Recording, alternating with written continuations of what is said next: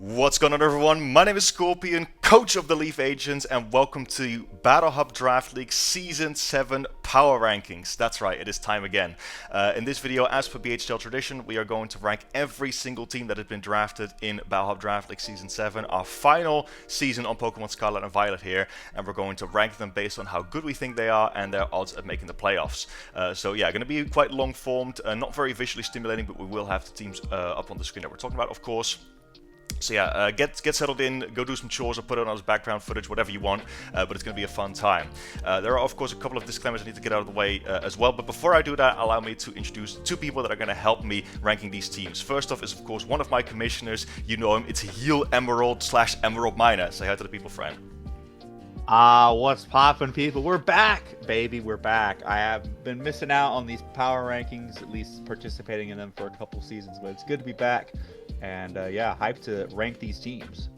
And of course, on the other hand, we also have another commissioner that you might be familiar with on this channel. It is BHDL's #1Fontaniac. We got Capt B-Nard. Say hi to the people.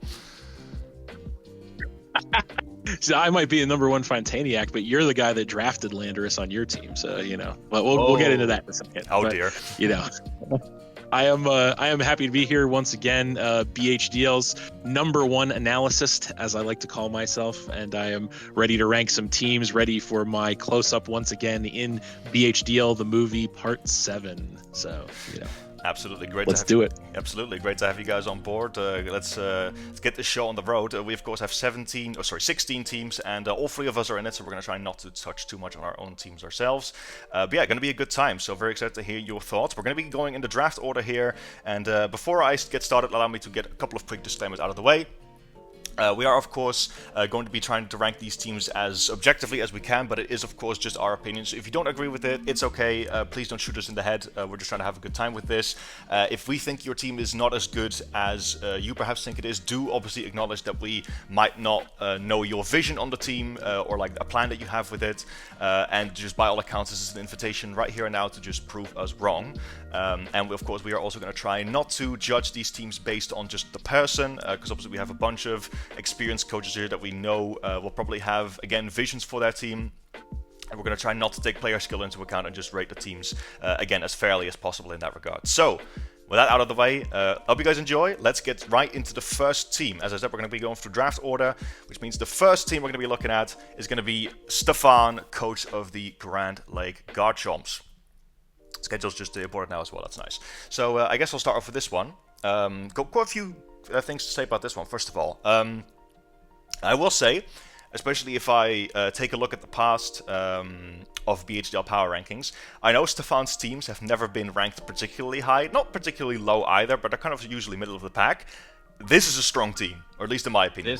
I was about to say, yeah, probably one of his best teams. Absolutely, this is a strong team. Obviously, Stefan did have first pick, so that's obviously really nice, and he managed to pick Scarlet with it. A strong pick, obviously. People would probably argue that it's a bit controversial to go for Scarlet, even though Zama's at the Crown and Dragapult are still on the board. But you know, it seems to be a Pokemon he's comfortable piloting. He definitely has drafted it before in the BHDL. So that's obviously good. This team has about all the roles we need. Like, we have good hazard game, as you can see on the bottom right there. Lots of utility with these Pokemon. We have Rockers, we have Spikers, we have Hazard Removers. We've got two of them, in fact. Obviously, not normally a big fan of Foragers and Glamora myself as Hazard Removal, but you've got both of them, so they actually do help each other out, in my opinion. We've got good speed tiers, we've got a lot of breaking power on this team actually, and kind of all the other roles we need. Obviously we have our grounded poison with Glamora, and this team is very solid defensively as well. There's not really any glaring weaknesses, or at least as far as I could see.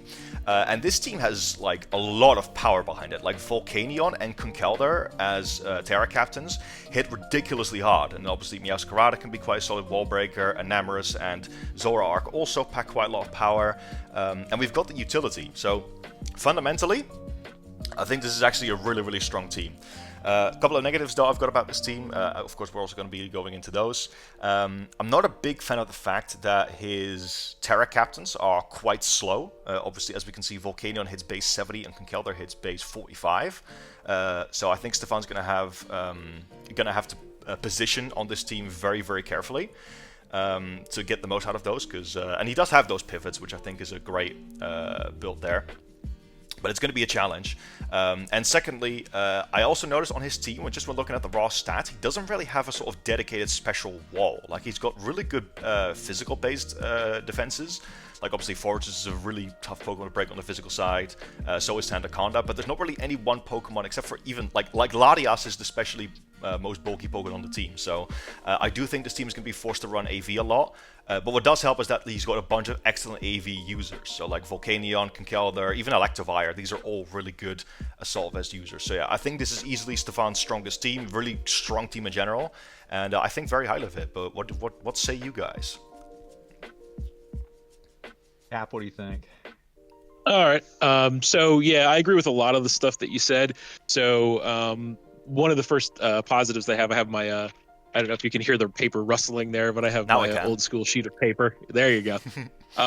So I like a couple of things I like about this team. Number one, the hazards, like you said. So there is a lot of great hazard control on this team. A lot of ability to set hazards, but also ability to remove them. I would be remiss if I didn't mention that Conkeldurr also gets defog too. So he's actually got 3 hazard removers on this team, which is nice. But additionally, I will say I do like the fact that there's a good balance of speed and bulk. There's a lot of firepower, like you said. So all those are great points. I will say that the Terra Captain thing I kind of have mixed feelings about. So I do think that Volcanion and Conkeldurr are really solid Terra Captains, and it kind of goes with my rule of I like to have at least one physical attacking and one special attacking Terra Captain in play, which he does. But like you said, they are kind of slow, so that could definitely be a little bit of a negative. Another thing that I think might be a little bit of a negative too is I don't know that there's like amazing priority on this team. So I know Conkeldurr gets Mach Punch and Meowscarada gets Sucker Punch, I think. Outside of that, there's not a lot going on with priority, which I think is a little bit of a negative. And another thing that I will say is that I do think that there is kind of an unchecked ice weakness on this team as well. So if my math serves me correctly, because you guys know me, I'm the typing guy, I believe he actually has 4 ice weaknesses on this team and only 2 ice resistances. One of which is Volcanion, which will actually probably Terra out of that ice resistance. Yep, good point. In a lot of situations. So I do think that could definitely be a problem for him, because people could just spam ice attacks into him, and then if he does Terra the Volcanion out of the ice resist, that's going to be even worse as far as that goes. But other than that, I do agree with you. This is a really solid team top to bottom, and I think this is Stefan's best team yet. But what do you think about it, Emerald? All right, sorry, Emerald, I'm going to jump in just 1 second here, because it's actually kind of funny, because what you mentioned with the ice weakness, because, spoiler alert, going forward, I actually noticed that, like, very, very few teams actually have an ice type. So I feel like for this league specifically, that might not even be that bad of a thing.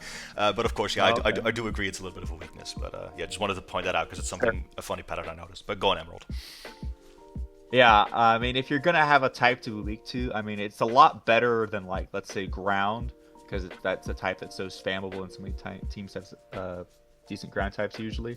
But yeah, usually you might have a type that if you Terra it, then maybe you can Terra out of that weakness, and that might help you. In this case, it's the opposite, like you said. So if people have ice type coverage, even if they don't have ice types necessarily, that's definitely a type you're going to want to bring to this team. They also, I feel like a positive thing, I can't remember if you said this already, but they have a good mix of like 5 physical attackers and 5 special attackers. I usually like that with my teams. They do, of course, have, like you said, much more physically, generally defensive Pokemon. You think like Conkeldurr and Fortress and Sandaconda. On the special side, not as much. If we take a look here, I'm kind of mixed about the Fortress and the Glimmora, because in my head, they both kind of fill the same role. So it's kind of like, I don't know if you could have picked a better steel type than Fortress. I mean, listen, I like Fortress as much as the next guy, but I think we all know that, I mean, Glimmora is probably going to be doing its job a lot better than Fortress can. So in that case, you know, why would you ever bring Fortress? Is what I'm thinking. I don't know if there's a better steel type that you can get or not. But yeah, you guys mostly hit a lot of the points I was going to say. They do have, let me see, they got 2 U-turners and 2 Volt Switchers Baton Pass. So they got some decent pivoting, which is always good to have. In draft, you'll want to be able to pivot your Mons in and out. and then get in your physical attack or whatever is best in that matchup. So, like you said, pretty solid team. I just think there's a few things that's holding it back from being the best that it can be. Yeah, that's a fair point. Like the little thing I noticed as well is that there's a nice little luxury on this team. Obviously not required by any means, but I noticed that Stefan has both Latias and Enamorate, which get Healing Wish. And if there's any one move that supports Terra Conkeldurr really, really well, it's Healing Wish, because obviously its biggest downside is that it chips itself down, right? But if you give Conkeldurr multiple times to like wreak havoc in a game, that could be really, really tough. So yeah, I was personally initially thinking when I was looking at this team to like put it in S tier straight away. I actually still think it's a really strong team. As far as the priority is concerned, me personally, I think 2 priority options is enough. Like Meowscarada, Sucker Punch, like obviously there's only 2 priority options, but they are strong. Like obviously they're Conkeldurr, strong, and it's one of them's Terra. Exactly. So Conkeldurr's got that strong guts, Mach Punch, and then Meowscarada has a good stab, Sucker Punch. I actually don't think that's much of an issue. I personally would still say this is S tier, but I think you guys don't think of it as highly. But let's get to ranking. What are we thinking?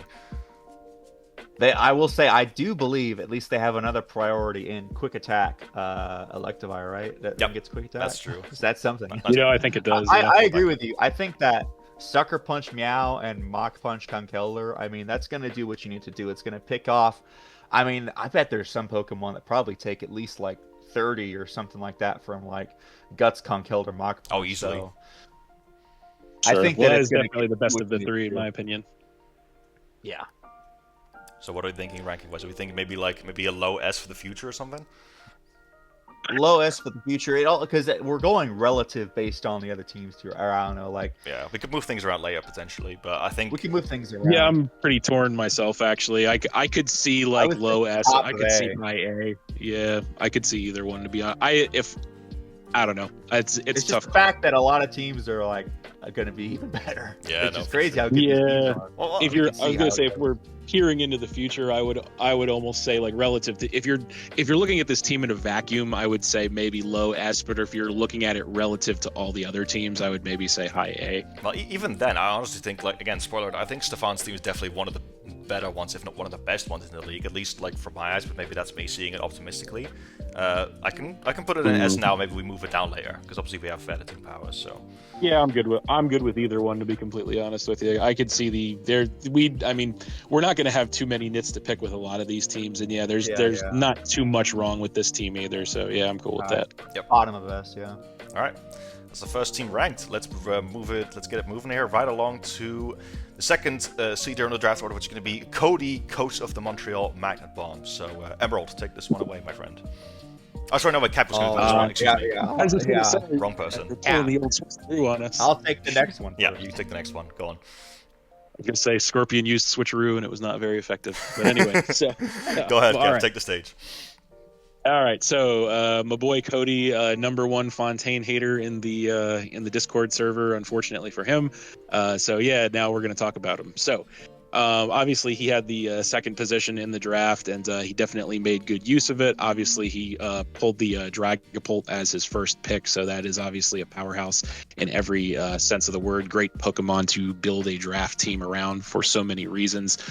So some positives about this team that I wrote down are, I do think this team has a great balance of speed. It has bulk. It has, the speed tiers itself. Obviously, when your start point is one of the fastest base speed Pokemon in the game, you're probably going to have an easy time building good speed tiers, and I think he definitely did that. It's kind of funny if you look at his tab, it's like it goes like 100, 90, 80, 60, 50. So it's like increments of 10 toward the middle and the bottom. Indeed, yes. So I thought that was pretty funny, actually.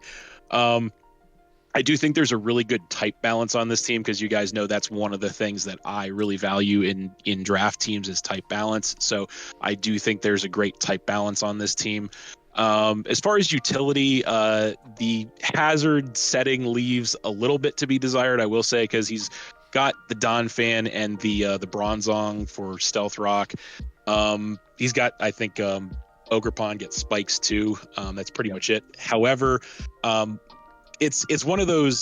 So we talked about this a lot in draft before about the prospect of like, is one great utility Pokemon enough for the team to be great? That's kind of the idea. And so this team, in a sense, has that same conundrum with it. So he has the Donphan, which in my opinion is one of the best utility Pokemon in the game, and that thing can set hazards, it can remove hazards, it's got priority, it's got knockoff, it's got just about everything you could ever want out of a Pokemon. However, its Donphan is almost has the weight of the world on his shoulders, as far as I believe Donphan is his only hazard remover as well, and it's one of his only really solid hazard setters too. So that's kind of a little bit of a positive and a negative to me. I'm not sure which of it is more, but I do like the Pokemon a lot, and I like the way it fits into this team as well. Couple other little negatives on this team is I don't see a ton of priority here either. I know Donphan gets Ice Shard, and outside of that, I don't know if we have Quick Attack on Quick Attack. Ogerpon, and we have Sucker Punch on Dragapult. Okay, yeah, Dragapult gets Sucker Punch too. I always forget that Dragapult gets Sucker Punch for some reason, so I guess it's not too bad. But yeah, the other thing that I would say is that I feel like the Terra Captain placement on this team is like it kind of makes me scratch my head a little bit, because he does have a few unused Terra points on the board. He's got 3 captains, right? And so he's got Ukadoogie, which I think is a good Terra Captain, and Iron Jugulus, which I think is a good Terra Captain. But then he's also got the Electric, which is not a bad Pokemon, and it's kind of just like a whatever Terra Captain. But I don't know. Part of me feels like maybe the Terra Captain placement could have been a little more optimal. Not that it's bad by any stretch, but I don't know. I feel like it could maybe be a little bit more optimal, but all in all, I don't think there are too many issues that I see with this team. I think it's pretty solid, top to bottom. But what do you guys think about it? Emerald, you want to take it, or should I go? I'll take it. So I agree with you on the fact that I do wish that I think they've got like 3 extra Terra points. I don't know if that could have gone to something else. But I know that I was talking to Cody as he was building this team, and he's very confident in Terra Okidogi, and I think it's a solid mon. He's had use with it in the past. This thing is super bulky and offensive, so having that 4-time Psychic weakness is tough on it, and so being able to Terra out of that and get some sort of coverage for it is excellent. Terra Iron Jugulus, also its biggest struggle is the fact that it doesn't have that many coverage moves, I don't think, so having coverage on that mon is great. Obviously, it's not I know you like to use the term shallow, I'm not sure how often this Terra Electrike is going to come. Yeah. But I feel like at least the 2 Terra Captains that he has, I think they're going to serve him well. And they have Iron Jugulus being faster, Terra Okidogi being slower and more bulky. It gives them more options. They kind of fulfill different roles, which I like. I will say one point about the Donphan. Yes, it is their only removal, but it is a very good remover. Like one of the best. Like you just slap boots on that thing, you come in, you have sturdy, so you can pretty much guaranteed get rid of the hazards. Like it might be the only one, but it does its job well. It has knockoff for incoming ghost types, so I do like the Donphan. I think it's fine. Obviously, if they could have had another one, it would have been better, but I think that it serves its purpose. What I really like about this team is their bulky offensive Pokemon. I already mentioned the Okidogi, but the Primarina, Manaphy. What a beautiful pickup in Manaphy, man. Just Tail Glow up, one of the most infamous Pokemon. Like I remember back in the day, in Gen 6, this thing was all over the place, just spamming Tail Glows, and I think it lost Skull, did it not? I think so. It's pretty cheap though, because obviously we made it a bit cheaper because Take Heart's banned. Yeah. Oh wait, it still does have Skull. We still got Skull, baby. Oh, there you go. There it is. So yeah, that's a big positive there. It's just Take Heart that's banned because of the complex ban we have. But other than that, really solid mon. Yes. I really like that. Obviously, you already mentioned their speed tiers. They have great distribution across the board. That Dragapult is what really sets them apart. With that 142, you can just basically outspeed almost everything in the game outside of like Electro Hisui, and kind of put more points into. You could run Modest, let's say, some weeks if some people don't have high enough speed tier, if you can afford that.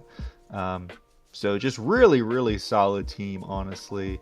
I do wish there were a bit more hazards, like you said, but at least they do have. They got rocks and they have spikes if they ever want to run it.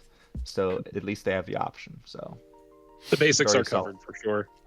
I think the bases are covered, and I think that what's really going to save this team is its speed tiers and its bulk. Absolutely. I agree with a lot of points you guys said. I'm not going to make this section too long. A couple of things I really like about this team that you guys didn't mention. First of all, as we obviously said, we got Dragapult on this team as the first pick, which is obviously, in my opinion, still the best Pokemon on the draft board right now. And this team, I think, supports Dragapult really well. We've got a lot of pivoting.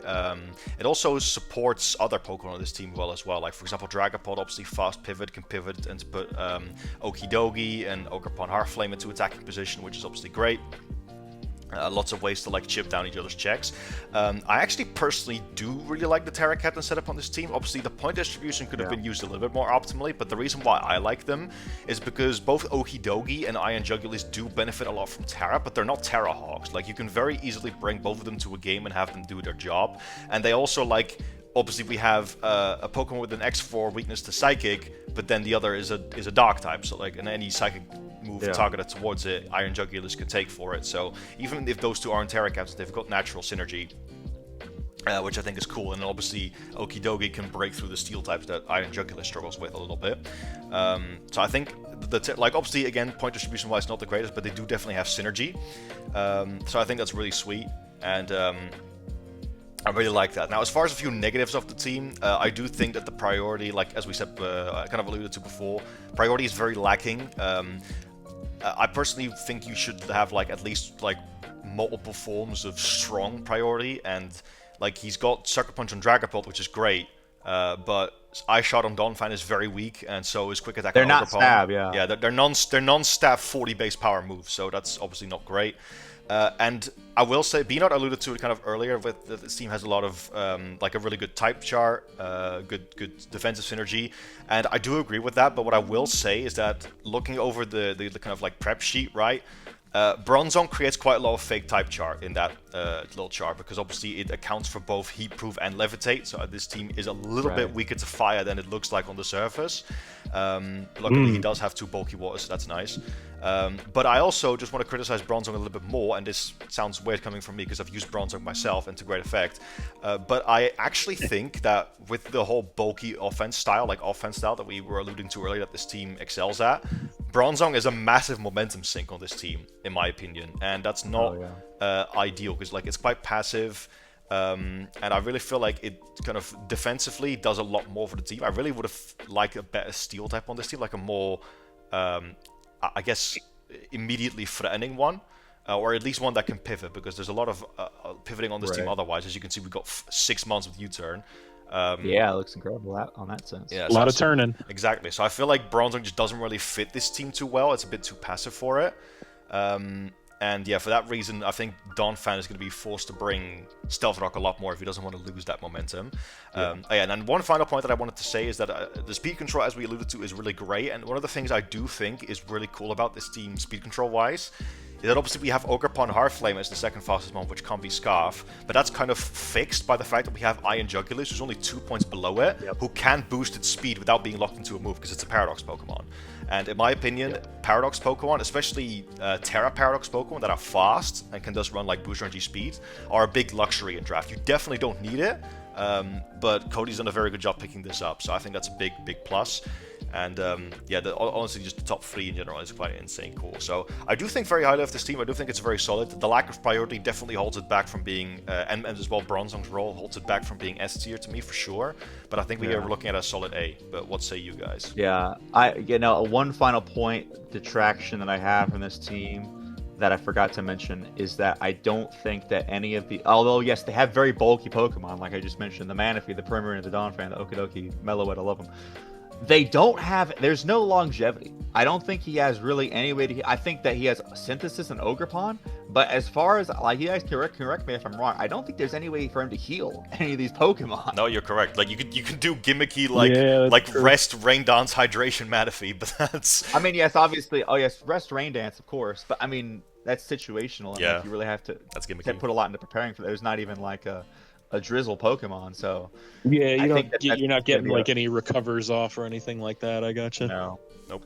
You could run like a defensive Ogerpon with Synthesis, but usually, I mean, you're gonna like you want that Ogerpon to be clicking SD Trailblazers. Brother, Ogerpon R-Flame is easily the worst Ogerpon to be running defensively, I can tell you that much. Yeah, absolutely. I know. I'm just saying, I've seen it before in VGC and stuff, so that's just kind of where I was thinking with that. But yeah, I will say one thing about in defense of his Bronzong, the prep doc I'm looking at least doesn't seem to have heat proof. It still has as neutral on that front. And from what I'm looking at, correct me if I'm wrong, I don't think he has any Pokemon directly weak to he does have heat proof. Yeah, it's making it neutral. That's going to say, outside of that, neutral. though, that's the only Pokemon that's weak to fire. Like everything else is resisted. Like he has Primarina, Manaphy, and Dragapult. Nothing else besides Bronzong is weak to fire. So at least that helps him on that front. Oh, it does for sure. For sure. I do agree with that. I wish that there could have been a better steel type as Bronzong. Yeah, I would agree with you guys. I think this is probably an A-tier team for sure. I wouldn't put it any higher, but I don't necessarily think I'd put it any lower. For me, just the lack of recovery is what's holding it back. Yeah, recovery and priority. Yeah. In my eyes. Yeah, and you guys know me. I'm not a big fan of the one mon does everything setups on teams. So yeah, that's a little distraction for me as well. So it's fair. All right, that's Cody ranked on the A tier, and then let's move right along to the first person in this call. Emerald and I are gonna have to wait a little while because we're near the back, but it's gonna be the Philadelphia Pidgeys, coached by our very own captain here, Emerald. Take this one away.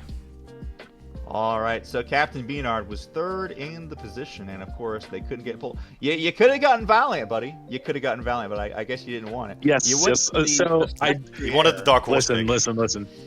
Listen. It was a Dark Horse, literally. Yes. No. It was a very difficult decision for me between Valiant and Spectrier, but continue. Yeah, I understand. It's one of the newer Pokemon. We've rarely been able. I think it was only in Season 1, and I think we banned it after that. So now it's making its return to BH. It was in Season 5. I don't think anybody picked it up. Chris did. But it's here now. Oh, he did? Wow, I forgot. I completely forgot about that. Well, very not used very often Pokemon, which now gives you this beautiful 130 base speed tier. It's a Pokemon that people need to prepare for. It forces people to run normal types, or at the very least very bulky dark types. So just that as an immediate threat is huge. You got a Pokemon very close in its speed tier in Talonflame, which can defog. You have access to Aurora Veil, which is a big luxury. Obviously, I think the only other Pokemon that can do it with Snow Warning is Abomasnow. So that's huge. You've also got Terrain now, so you've got things that most people don't have access to. You continue to use this Psychic Terrain while still drafting Scizor, which kind of undercuts it, but it seems like it hasn't been that big a deal for you in the past. Like, you've done this a few times, so you're kind of used to it. So you make it work out somehow. Vintage B-Nard. You got your classic Levitator and your Rotom Wash, your bulky Terra Captain and the Goodra. I really like this. I gotta respect the Tinglu. I really like the Tinglu being able to get up Stealth Rocks and Spikes. Although I will say, I feel like you've kind of undercut yourself here, because you were just talking about Cody, about how it has that role. I was just gonna say that. Tinglu is your only Pokemon with the Stealth Rocks and Spikes, so that's gonna be your one-stop shop for that.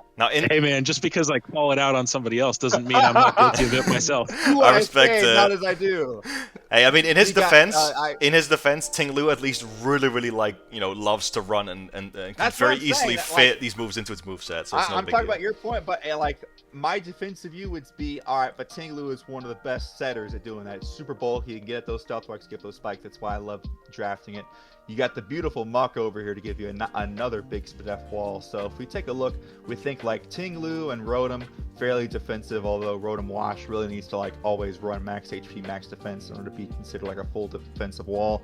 But the Muck and the Goodra, very nice Spadef walls over here. Really like to see it. The Scizor, also fairly defensive as well. So you've got good walls. I do wish the offense was a little bit more. Like, you've got the Spectrier and the Terra Hitmonlee. Outside of that, though, the offense is a little bit more limited, because usually Ninetales is going to be more of a support role. It could run Nasty Plot and Blizzard and Moonblast. I guess that's something at least. And the Scizor can SD Bullet Punch, but that's kind of it. So you're really kind of, the way I see the team structured is you've got these really defensive Pokemon to kind of slog out the fight, and then you clean up with either Hitmonlee or Spectrier in the back, which it can definitely work. I think it's a solid team that definitely supports itself.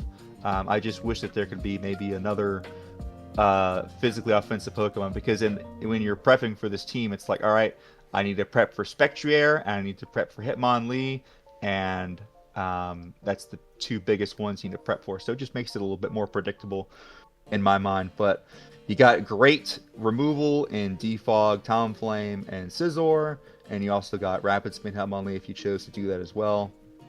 Some U-turners, some Volt Switches, Baton Pass. Overall, pretty solid team. This is pretty much the B-Nard special that we've come to expect.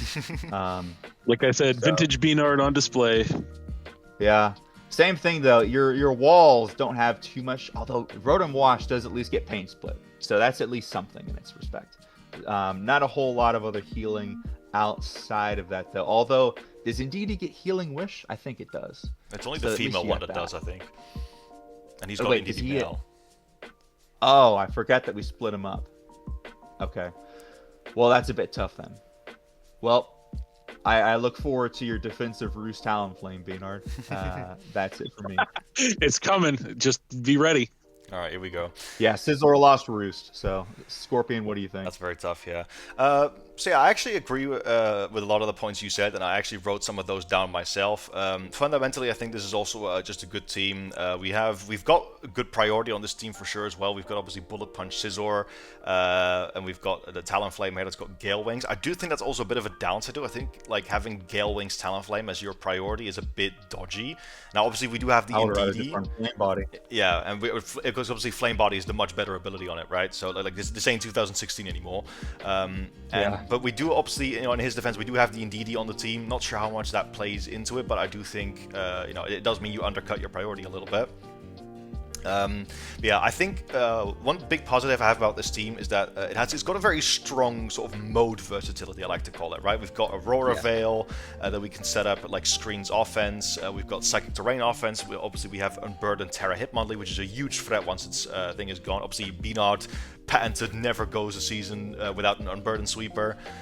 So I love that we can continue to see that theme even when Sneasler or Harlucha are not here. Another cool thing about this team, in my opinion, is it's actually one of the fewer teams that kind of went with this 3 Terra Captain route. A lot of the teams that we've seen kind of have 2 sort of stronger ones, or maybe like 1 strong one, 1 weak one. But this team kind of has it evenly divided between 3 Pokemon, and by all accounts, Gudra, Talonflame, and Hitmonlee do all benefit from Terra, at least to some extent, which is nice. So I think that's really, really good. On the flip side, though, I also definitely noticed this immediate power issue. On the special side, we do have Expanding Force Indeedee, which is obviously quite good. Spectrier is a huge threat we always got to respect, and then Gudra also hits like a truck, right? It hits back really hard. But on the physical side, our strongest physical attacker, I'm pretty sure, is Scizor, which, I mean, like, Scizor is good, by all accounts. It can SD, it can Bullet Punch, sweep late game. And Ting-Lu actually has a really respectable attack set as well. Do not sleep on that thing's offensive output. I can definitely see some max attack sets being ran this season. I do happen to know that B-Nard loves running attack investment on his walls a little bit, which I think is actually, like, can very often be the right play with Ting-Lu, so I respect that. Yeah, it could be a surprise your opponent. Absolutely. I ran Bandit Ting-Lu against Rainbow before. It was really good. But yeah. There's definitely a couple of negatives I have on this, though. The first main one, I don't think you mentioned this, is that this team, in my opinion, does not support Spectrier very well. And that's an issue, in my opinion, because Spectrier is a big, strong powerhouse, right? And it has the potential to be absolutely devastating, but it does need support. And some of the ways that you support Spectrier is with more hazards. As we can see, Ting-Lu has the world on its back when it comes to hazards. I would definitely like to see at least one other rocker. Another Spikes user is not necessary, but that could be nice as well. So I don't really like the fact. I think every good team, especially one like this, where Spectrier benefits so much from hazards, needs a second rocker. We also have Hitmonlee as our fighting type. Now, I'm not saying that Hitmonlee is a bad Pokemon, absolutely not. And again, on this team specifically, it's got Terra. Especially if it can Terra. It's got Terra and its terrain support, which makes it a lot better. But I would have really liked to see a more like top tier fighting type on this, because that's like because you know me, I piloted Lunala in season 5. If there's one thing that you need with offensive ghost types for them to work, is a strong fighting type alongside them to switch into the dark types. And Hitmonlee, its special bulk is actually really good, but its physical bulk is extremely poor, so it can't switch into dark types at all. Especially if if you bring that unburdened set, you're just not going to switch it in. And I really feel like that's a big negative. I would have really liked to see more Spectre support on this team. Well, I mean, he has Aurora Veil. I feel like that is also a big point of support for Spectre. It is. Set up the Veil, and now you've got bulky Spectre, spam and Shadow Ball. It is, Emerald, but what I'm trying to get at is like Alola Ninetales supports every Pokemon in that respect. There's almost every offensive Pokemon benefits from Aurora Veil. It's still something you're gonna have to get up, and for fundamentally, when looking at Spectre specifically, I don't think it's very well supported on this team. And then my last point would be, indeed, again, lack of offensive physical power, especially because Talonflame's. I keep reminding people about this because I think it's such a funny fact. Talonflame has a lower attack set than Amoonguss, so like it doesn't hit very hard. So yeah, this team, I do think this team, again, a lot of versatility. I think B-Nard can really cook with this. It does seem like his type of style, and I definitely do like it. I respect it a lot. And again, especially the free Terra Captain thing, I do think that's a really positive thing about this team that not many other teams did. But yeah, it's definitely flawed enough to keep it out of S tier for me, but still solid scene. You got anything you want to say for yourself, Cap? I just have one thing to say, and that is simply put. That is simply put. This team is the embodiment of B-Nard. Yes, it is. Absolutely. I could have said it better myself. Hey, the only thing that's missing is the round 2 Gudra. Why did we leave that thing until round 5? Yes. I had to. You know what? I didn't have it last season because he had to. Brandon would have taken it again. some seedy individual deprived me and robbed me last season. So who shall remain nameless? And so I figured. I will say that I was torn about a lot of stuff with this team, and you'll get it all in my draft analysis. That's for sure. But I think my resounding thought, like at the end of the day, at looking at this lineup, top to bottom, for better, for worse, all the positives, all the negatives, you factor all of those things together, and at the end of the day, this team is B-Nard. Well, that's good. That's all I gotta say. I've said it before. I think confidence in your draft is very, very important. And if it seems your style, man, more power to you. I'm not like super duper confident. But this is what I do at the end of the day. Yeah. This team, for all its positives and all. You're comfortable. Maybe that's the better word. Maybe not confident, but comfortable. Comfortable. Yes, this is the B-Nard comfort special is what this team is. You got priority, you got hazards, you got Aurora Veil Ninetales, you got the scissor machine, scissor and Rotom Wash, the scissor machine, and the unburden, the Wombo combo, So this team is. You're really convincing me with the Ting-Lu Mutt combo is where you got me. Yes. I love that. There you have it. That's all I can really say for now. All right, sounds good. There you go. I'm personally thinking for this team A tier, definitely below Cody, I think, but still very solid. What are you thinking, Emerald? Let me direct compare to Cody. They're very on it. I mean, the fact that they have one as Dragapult, one as Spectre is kind of crazy. It's not a big difference. Don't get me wrong. I just think like the fact that this team doesn't have that immediate power issue, and then only one rocker is a bigger deal than Cody's lack of priority. Yeah, for sure. I'm just thinking like Cody only has one form of removal versus B-Nard has multiple. And then B-Nard, like the Alola Ninetales is a big boon to it as well. Like they're so close. I guess they do their different things in their own way. Sure. Let me think about. But the Terra Captains. I think that what's going to do it for Cody is his Terra Captain, Okidogi, and Iron Jugulis. I mean, don't get me wrong, Gudra and Hitmonlee are good Terra Captains, but I think that those are a bit better. So yeah, I think just below Cody. Yep. Just below Cody. Very close. Love how the bloody logo doesn't even fit on the template because the image is too wide. But anyway, oh yeah, that's what she said. That's gonna. Ah. I refuse to acknowledge it. All right, we're going to be moving on to our next commissioner. That in and of itself was an acknowledgement, sir. Yeah, that in and of itself was an Brandon acknowledgement. P, our fellow commissioner. That's fair, yeah. All right, we got Brandon P here, our fellow commissioner. Not on the call, but we're going to try and rate his team anyway. So I'll take the lead back on this one. First of all, only one of two people to snipe me this season. I wanted Alomomola, but honestly, I'm not too butthurt about it because it's kind of like a mon that I was forced to draft, so I don't really mind not having it. This team is honestly really strong. Definitely another one of Brandon's better pieces, I would say. We've got the sort of fundamental excellence here, right? We've got all the roles, we've got our priority, we've got really good priority in the team, we've got Sucker Punch on Cinderace, we've got Mark Punch, Technician Mark Punch on Hitmontop, Quick Attack on Ogerpon can be nice, and obviously Mew obviously has a bunch of priority as well. It has Vacuum Wave on the top of my head. I don't know if it has other than that. Vacuum, I think that might be it. I think it lost Sucker Punch. Yeah, but it's you could still Terra Fighting into that as well. So I think it's definitely sufficient priority for sure. We've got our Rockers, we've got our multiple Spikers. I really like the fact that he's got two like really offensive Spikers, like that can force a lot of switches, so it's very easy to set those. We've got tons of hazard removal once again. I know Brandon kind of overfixated on that a little bit, but I mean, hey, it means versatility, right? We've got Court Chain Cinderace, right. We've got Defog Weezing, we've got Rapid Spin Hitmontop, we're absolutely good there. We've got solid defense, of course. Looking solid. Now, one thing I really like about this team is that we have very strong physical offense on this team between Cinderace, Terra Mew, Ogerpon Wellspring, a Technician Hitmontop, right? And it's very well supported by a strong defensive core. I think especially Alomomola and Hisui and Gudra together form a really tough to crack defensive core. They cover each other's weaknesses decently well, and yeah, they both just like Alomomola is kind of like a physical Blissey, right? Often gets compared to that. And then Hisui and Gudra might not have any recovery, but damn, is it tough to break. And that's not even all. Obviously, we've got a Galarian Weezing as well, which is really good. So I think the synergy is definitely there.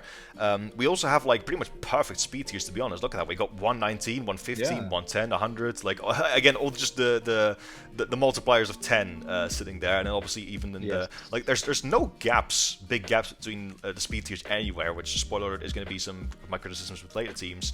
But that's pretty much perfect. So I also think the Terra Captains, Mew and Porygon Z. I mean, like they don't really do the same thing, like because Mew. It's like obviously you can do tons of different things, and one of the things it can do is be like a special firepower house, which it doesn't have to do anymore now because of Porygon Z's there. So you can definitely lean more into like support or like physical sets with like DD with Terra Mew. So I think the Terra Captains are well placed too.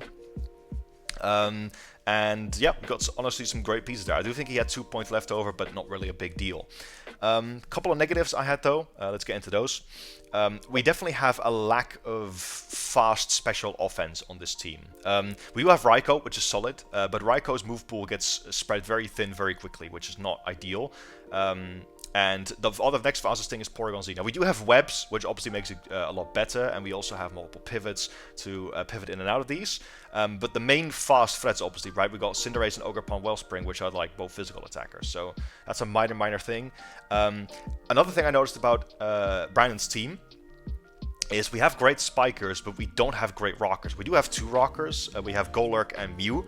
But neither of these two Pokemon like running rocks, especially Mew, because that thing's move pool already gets spread very thin. And if we don't bring rocks on Mew, then Golurk is our only rocker, which we're not going to bring every single week. So the hazard game on this team is definitely a little bit weak in that regard, in my opinion, as well. But that's like the only points I can think of, honestly. I think this is a really strong team. I like the fact that Brandon still went with the tried and true of Cinderace after he got sniped off Meowscarada. And I can even see the Masquerain putting in some work, because as I think I said in the chat before, but Terra Porygon Z and Ogerpon Wellspring are absolute demons with webs. So in the right matchups, those can easily like put in a lot of work for him. So yeah, great team. But what do you guys say? So I agree with most of what you said. I do like the hazard control on this team is one of the first things that jumped out to me. So like you said, Cinderace, Weezing, and Hitmontop. Yeah, so he has all his bases covered with that. There's a great balance of speed and bulk on this team. There's a lot of versatility on utility on this team. I like I like the synergy, like the things that you mentioned about the team benefiting a lot from sticky webs. I like that synergy. So if he decides to bring the Masquerain sticky web, there's a lot of Pokemon on the team that can benefit from that. So I like that a lot. The Terra Captain placement, I'm kind of split on, to be honest with you. And actually, the biggest question mark on this team for me is Terra Mew, to be honest with you. So like even just Mew in general is the biggest question mark with this team for me. So what I mean by that is Mew is a great Pokemon, gets every move in existence, obviously. No issue there. However, I do think that making Mew a Terra Captain is not optimal on this team, in my opinion, because I don't think it benefits from Terra. Like you said, it does benefit from Terra, but it doesn't benefit as much as something else would. And like Porygon Z, if that's your Terra Captain special firepower, optimal play, where does that leave Mew? And if you look at that, kind of feeds me to my second point, which is something you already said, Scorpion, but I want to expound upon it, is like, I don't think the hazard setup on this team is optimal at all. I think it's very suboptimal as far as, so like you said, there's 2 rockers, one of which is Mew. There's 2 spike setters, one of which is Mew. There's 2 toxic spike setters, one of which is Mew. So it's like, unless Mew is gonna be like your hazard whore for the week, you know what I mean? Because like you said, Galurk, that's not going to come every week. Ogerpon Wellspring doesn't really like to run spikes, and at least I don't think so. And again, Masquerain, how often is that going to come to a game? So it's a really awkward hazard setup on this team, to the point where it feels like your optimal play with this team every week is to run like a hazard stack Mew, which is weird because then Mew's also your Terra Captain. So it's a really strange setup, and I'm not quite sure what to make of that whole interaction there. But that's something that I noticed that's kind of the biggest negative about this team, in my opinion, is just like the team seems like it's designed to bring hazard stack Terra Mew every week, which is like really ideal, strange. Yeah, it's very strange saying it out loud. At this point, I feel like his main way of setting hazards is using Court Chain Cinderace to abuse the opponents. Court Chain Cinderace to put your opponent's hazards back on their side of the field. The other little bit of a negative that I noticed about this team is there is a little bit of a ghost weakness on this team. Yeah. Yep. So he's only got 1 ghost immunity in Porygon Z, which is generally, you don't want to just switch that thing in willy-nilly on attacks. Paper thing. But that's also... Yes, exactly. You took the words right out of my brain. So his Terra Captain is also that Porygon Z, so he could be Terraing out of that ghost weakness, or I'm sorry, ghost immunity very easily, which is going to leave him at a pretty big deficit when trying to take on ghost spam. So it's definitely not a bad team. It definitely has a lot going for it, but this is one of those teams where there's just like some strange interactions, and I don't know if it's going to end up benefiting him. My knee-jerk reaction says like those strange interactions, like relying on hazard stack Mew, is not going to be optimal. But I don't know. It's a bit of a strange setup. But what do you think, Emerald? Yeah, I think that's the thing with this team. When you look at it at first, right, it looks really solid. You got great speed tiers. You got a great mix of offensive and defensive Pokemon. You got the regen, Alomomola to switch in and wish out, which is very a big boon, big luxury here. However, like you said with these Terra Captains, I just don't think that these are the most... right away, I can already tell... I would love for Raikou to be a Terra Captain. I feel like benefits from that. Makes the special offense so much better. And I tell you what else could be a Terra Captain is that Gudra Hisui, perhaps. I think it's like 15 and 13 points. So that's at least something you could do. But really, I just feel like the Mew... I love Mew. You guys know it's my mascot, for the channel of the team. However, one thing I might say about Mew is it's a jack of all trades, but a master of none. Master of none, yep. It's just not very strong.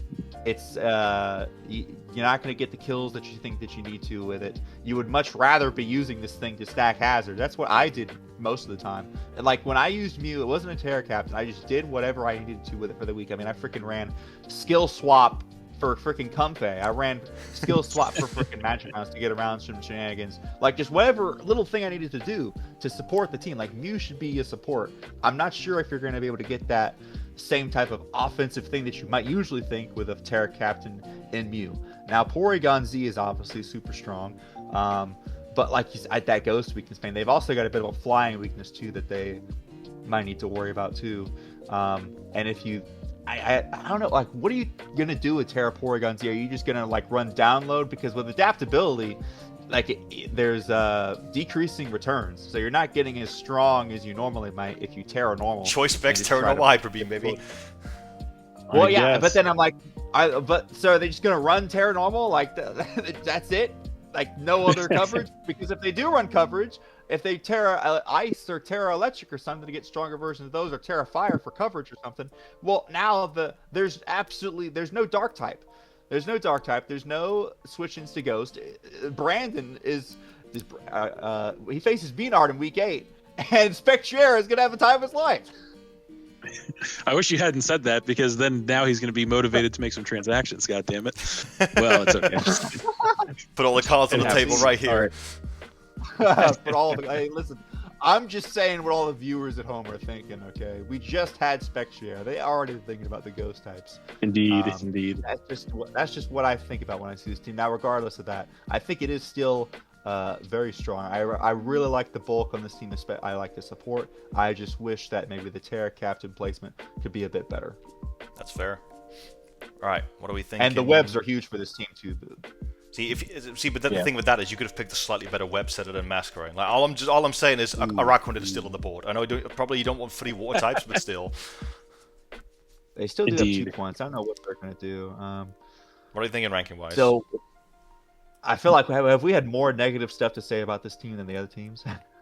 I think so, probably. I do think either bottom of A or top of B. I will say I think a bit more positively about Terra Mew than you guys. However, I do think you guys made a great point that's kind of like a little oversight I had about this team. Is I feel like Terra Mew is only really good if you have a lot of hazard support to like chip its checks down, and this team does not have that. Like, unfortunately, Mew is the hazard setter. Yes, that's actually really not ideal. So I actually do completely agree with you guys that Terra Mew is definitely nowhere near as optimal as I've seen it be on other teams. But like for me, I'm kind of torn because fundamentally, like raw compression wise, it is excellent. So I'm also thinking like either the lowest of A below B-Nard or maybe top of B. It might be. I'm kind of thinking. I think low A, and we see where we go from there. Or I could go either way, honestly. I mean, we can move it around. I'm with you. Low A, top of B, somewhere in there. Fair enough. I got top of B right now, but let's go with that for now. Yeah, I would kind of, if pressed, I would kind of lean more towards top of B, because I think there's enough wrong. Like it could go either way for me too, but I think there's enough wrong with it that pushes it down just a little more. For sure. How the other teams do. Fair enough. All right, let's move on to the Brooklyn Baxcaliburs, coached by the notorious HYM, and there it is. Absolutely, I have to say. Well, B-Nard, why don't you start us off with this one? Oh, thank you. I think I will. So, all right. So we got that notorious HYM coming in. You got to see he drafted, of course, the Baxcaliburs as #1 pick. You love to see it, of course. And so right off the cuff, one big positive for this team for me is, of course, the Snow synergy in his first 2 picks, obviously. So you've got that Baxcalibur, really strong Pokemon, and then you've got the Galarian Slowking, which of course has that chilly reception, so it lets you pivot out into the Baxcalibur, setting the Snow, giving it the defense boost. We all know how it works. But that is pretty solid for me. I think that is a great combination. That's a great little synergy thing. Other positives that I have about this team, all in all, I think the hazard control on this team is pretty solid. So you've got a lot of good rockers. So you've got the Excadrill, obviously, Screamtail, Torterra, Set Rocks. Got the Toxic Spikes with the Galarian Slowking. So there is no Spiker, which is a little bit of a negative to me, but I feel like, and this might be a controversial opinion that you guys might disagree with, but in my opinion, Spikes is the least important of the 3 hazards between Toxic Spikes and Stealth I do Rock agree with you on Spikes. that. At the very least, they have 3 Stealth Rock. Yes. So I think, so given that, I'm willing to say that the fact that he's got a lot of potentially good stealth rockers on the board is enough for me to overlook the fact that there's no Spikes user, although that is still a little bit of a ding against him. Let's see, what else do I have for this team? I do like the fact of the Terra Captain placement on this team a lot, specifically Terra Gyarados. I think Gyarados is one of those Pokemon that is really solid on its own. When you add Terra Captain status to it, is just insanely good. So don't remind me. I'm a big fan of that. Yes, Scorpion's been boned by that at least once. It is a former champion. Yes, so it's a former champion because I got boned by it. Hey, two and two together, and there you have 4. So, but yeah, I do like that. I like the Terra Galarian Slowking just because the Poison Psychic is like a really awkward type combination. Like it's not bad, but it's not the best either. So being able to Terra out of that is kind of positive, I think. On the flip side, there are some negatives to this team. First negative, in my opinion, is that there is a lack of fast physical attackers, in my opinion. So you've got the Baxcalibur, which is a premier physical attacker, but it's speed in the 80s, I want to say. Same thing for Excadrill, same thing for Gyarados, and those are like his premier physical powerhouses on this team, and none of them crack base 90 speed. So that's a little bit of an issue for me. Now, obviously, you can Dragon Dance with Baxcalibur and Gyarados to fix that. However, hey, that's Shell still Smash Torterra. Let's not forget Shell Smash Torterra. Yeah, well, yes. Let's not forget about that as well. Yes. So, but yeah, that is a little bit of a negative for me. The bigger negative for me on this team is, you guessed it, the type of interactions. You already know what I'm going to say, but I'm going to say it anyway. I'm looking at it right now, B-Nard. Tell them about it. So I'm going to tell you about the fact that there are 3 ghost weaknesses on this team, and not a single ghost resistance on this entire team. So that is a huge problem, in my opinion. You're going to be too bad he's not on your schedule. Yeah, I was just gonna say, God damn it, he's not on my schedule. But yeah, he's gonna get spammed with Spectre Shadow Balls, except for I'm not facing him. But yeah, that is a huge problem, getting spammed by ghosts on this team. Yes, that Dragapult is a threat, and it is a ghost type. The other problem here is that we've got a really big rock weakness on this team too. Yep. So if my math serves me correctly, he's 5-2 upside down. He's got 5 rock weaknesses and only 2 rock resistances on this team. So that is a huge problem. Being weak to Stealth Rock is a huge problem. Now again, there is the prospect that he could Terra out of some of these things. So he could Terra into like a dark type or a normal type with his Gyarados or his Slowking that might help him a little bit. As you guys know, I'm not really a big fan of the prospect of using Terra to fix a type imbalance. I think that's extremely suboptimal, and kind of pigeonholes you into what you're going to run for the week. So easily, in my opinion, the biggest negative about this team is those massive ghost and rock weaknesses. But what are you thinking about it, Scorpion? Yeah, agree with a lot of points you said. The point about physical offense is something I didn't even see for myself, so that's a great point. I do personally still think that not having a spike setter is quite a major weakness, because it just limits you in like how much chip damage you can do, because stacking them, especially on a team where you've got these sweepers, I think is very, very important, and I would have definitely liked to see that. Fair enough. But yeah, I do agree, definitely Baxcalibur is very well supported on this team. There's quite a lot of pivots on this team in general. Obviously we've got Zapdos with the great Volt Switch, very useful. We've got Screamtail, has Baton Pass. We've got the Terra Galarian Slowking with Chilly Reception. That's all looking good there. Big thing about, another positive I think I have about this team is that it's one of the few teams in the league that went for 11 Pokemon instead of 10. So that I think definitely makes the roster a bit less predictable, in my opinion, especially because all the Pokemon definitely have a set role. I do know that in Grace he dropped Skeledirge to make room for his Mages and Typhlosion, which I'm not sure if I agree with it, but it does mean that the roster is quite versatile in that regard. So that's a big plus in my opinion. That's some really good points there.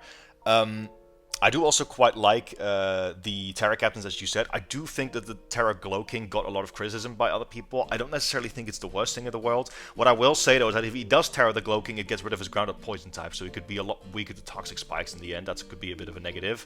But I do think that like a support special attacker like this, Glowking can even be sometimes offensive itself, because it's got a really good special attack stat, high base power moves, and Trick Room, so maybe he could do that.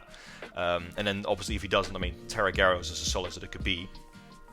I still think though, like, I'm not saying it's necessarily the optimal play, but I do think, for example, you could consider dropping Terra on Slowking to like maybe give Torterra and Avalok Terra, because these are also two pretty big. You know me, you know I love Torterra, but it's quite Terra. There's the bias. There's the bias statement right there. There it is. Hey, listen, all right. I'm just being realistic, and if anything, it's not biased because I'm saying Torterra is kind of mid without Terra. I hate to say it because it's my favorite Pokemon of all time, but like that's what I would personally do. Like if you have Gyarados, Avalok, and Torterra as Terra Captain on this team, I feel like that could even be better than the Slowking, because again, even without Terra, Slowking does its job well enough. But it's more of a side thing and not really a major weakness. There's a couple of things I have to note about this team, though, and this is a major flaw. And it doesn't even show it on the dock, not a single Pokemon on this team, ladies and gentlemen, gets the move Knockoff. That is a serious issue. I think Knockoff is a big requirement for a good draft. I think you need to have at least one user of it, if not multiple. Not a single Pokemon on this team gets it. That's a huge downside.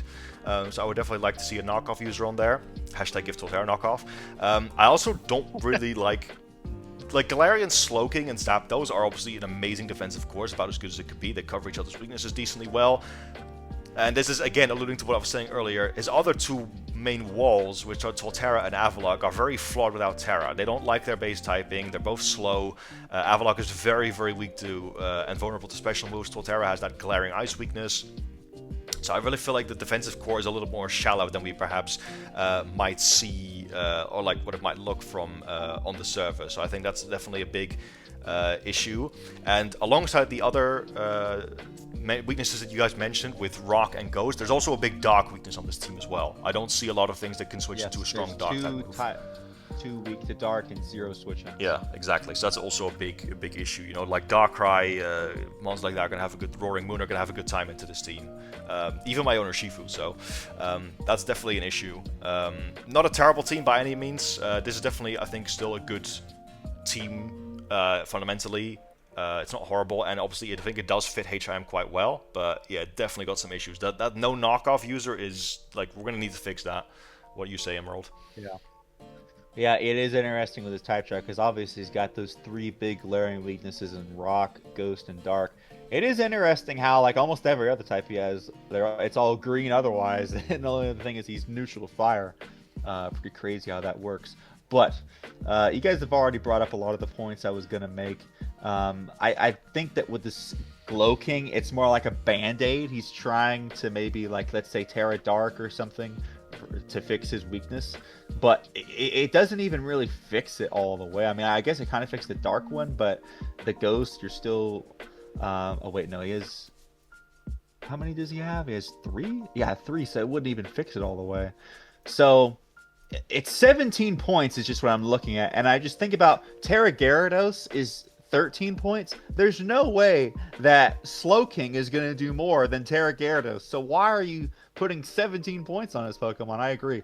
Put it on Torterra. I think I did the math. I don't think that he can get all 3. I don't think he can get Torterra, Avalok, and Gyarados to be Terra Captain. Okay, I didn't look at that, but like, it's still, I thought that was. I think it's short by 1. I think it would put him at 31. Okay. Shit! Fact check. Time for a fact check. But, well, no, I knew that's what Scorpion was saying. He was just saying he'd prefer that. So, but I'm just saying, like, you won't be able to quite do that, but you can at least, like, put it on Torterra. And then maybe Typhlosion. I don't know, something like that. That could be cool. Terra Typhlosion's busted. That being said, though, indeed, I just feel like this team, it has great rapid spinners and extra drill. Well, the Avalok isn't really a great one. It would only be if it could Terra. But like we said, there's just a lot of weaknesses with this team, man. And the spike thing, like, yes, they're not going to obviously be able to get up as much as they could. But we've had teams that have done well without spikes in the past. It's just kind of like, it limits you. Like you said, you would prefer to have it. There's just a lot of things that I think this team is missing that other teams have that kind of put it behind the 8 ball. You know what I mean? Yep. Absolutely. What are we thinking ranking-wise? I'll be honest with you guys. I'm leaning on towards C for this team because it does have a lot going for it, but there are quite a lot of problems with it as well. So I'm thinking C. Yeah, I hate to say it, but I agree. I think, especially, again, I hate to repeat myself, but no knockoff user. HIM, please fix that. Yeah, I mean, I do like the Screamtail can, wish him baton pass, but I mean, it's just like, oh, and Zapdos gets Roost, so at least it has a little bit of longevity, but I mean, And Torterra gets Synthesis, right? So it does. They've got that going for him. So it's just the problem of that these weaknesses, man. It's going to be tough to wall for a long time. For sure. All right. Indeed. Let's move on to. And I think one last point. Oh. I think the priority on this team is also very light. I think they only have Ice Shard on Baxcalibur, right? And like Aqua Jet and Zillion. Yeah, that was so that's right. another big distraction. Yeah, I didn't even think about that. But yeah, there is a little bit of a priority problem here too. Yep, you're right. Sure. All right, let's move on to our next coach, who's going to be our first newcomer, Zach Mander, coach of the Canadian Ceruledges. My freaking god, talk about top heavy, Jesus. Yeah. Hey, yeah, this is definition top heavy right here, buddy. Absolutely. Let's get into this. Whose turn is it? I forgot. I think it's Emerald's turn. Yeah, I think so. Yes, go ahead. Take the lead. So, Zama Zenta Crown. They decided to pick this thing up. Never been available in BHDL, and he's really lucky in his placement that he came right after two people that love to pick their mascot. Yeah. So otherwise, thanks guys. Thanks. Now I have to face this thing week 1. You'll be fine. You'll be fine. Now, what are you worried about, man? You'll be fine. Everything. It's a 700 base T legendary. Hello. Look at all these hazards. Look at all these. We've been complaining about the hazards. They got plenty.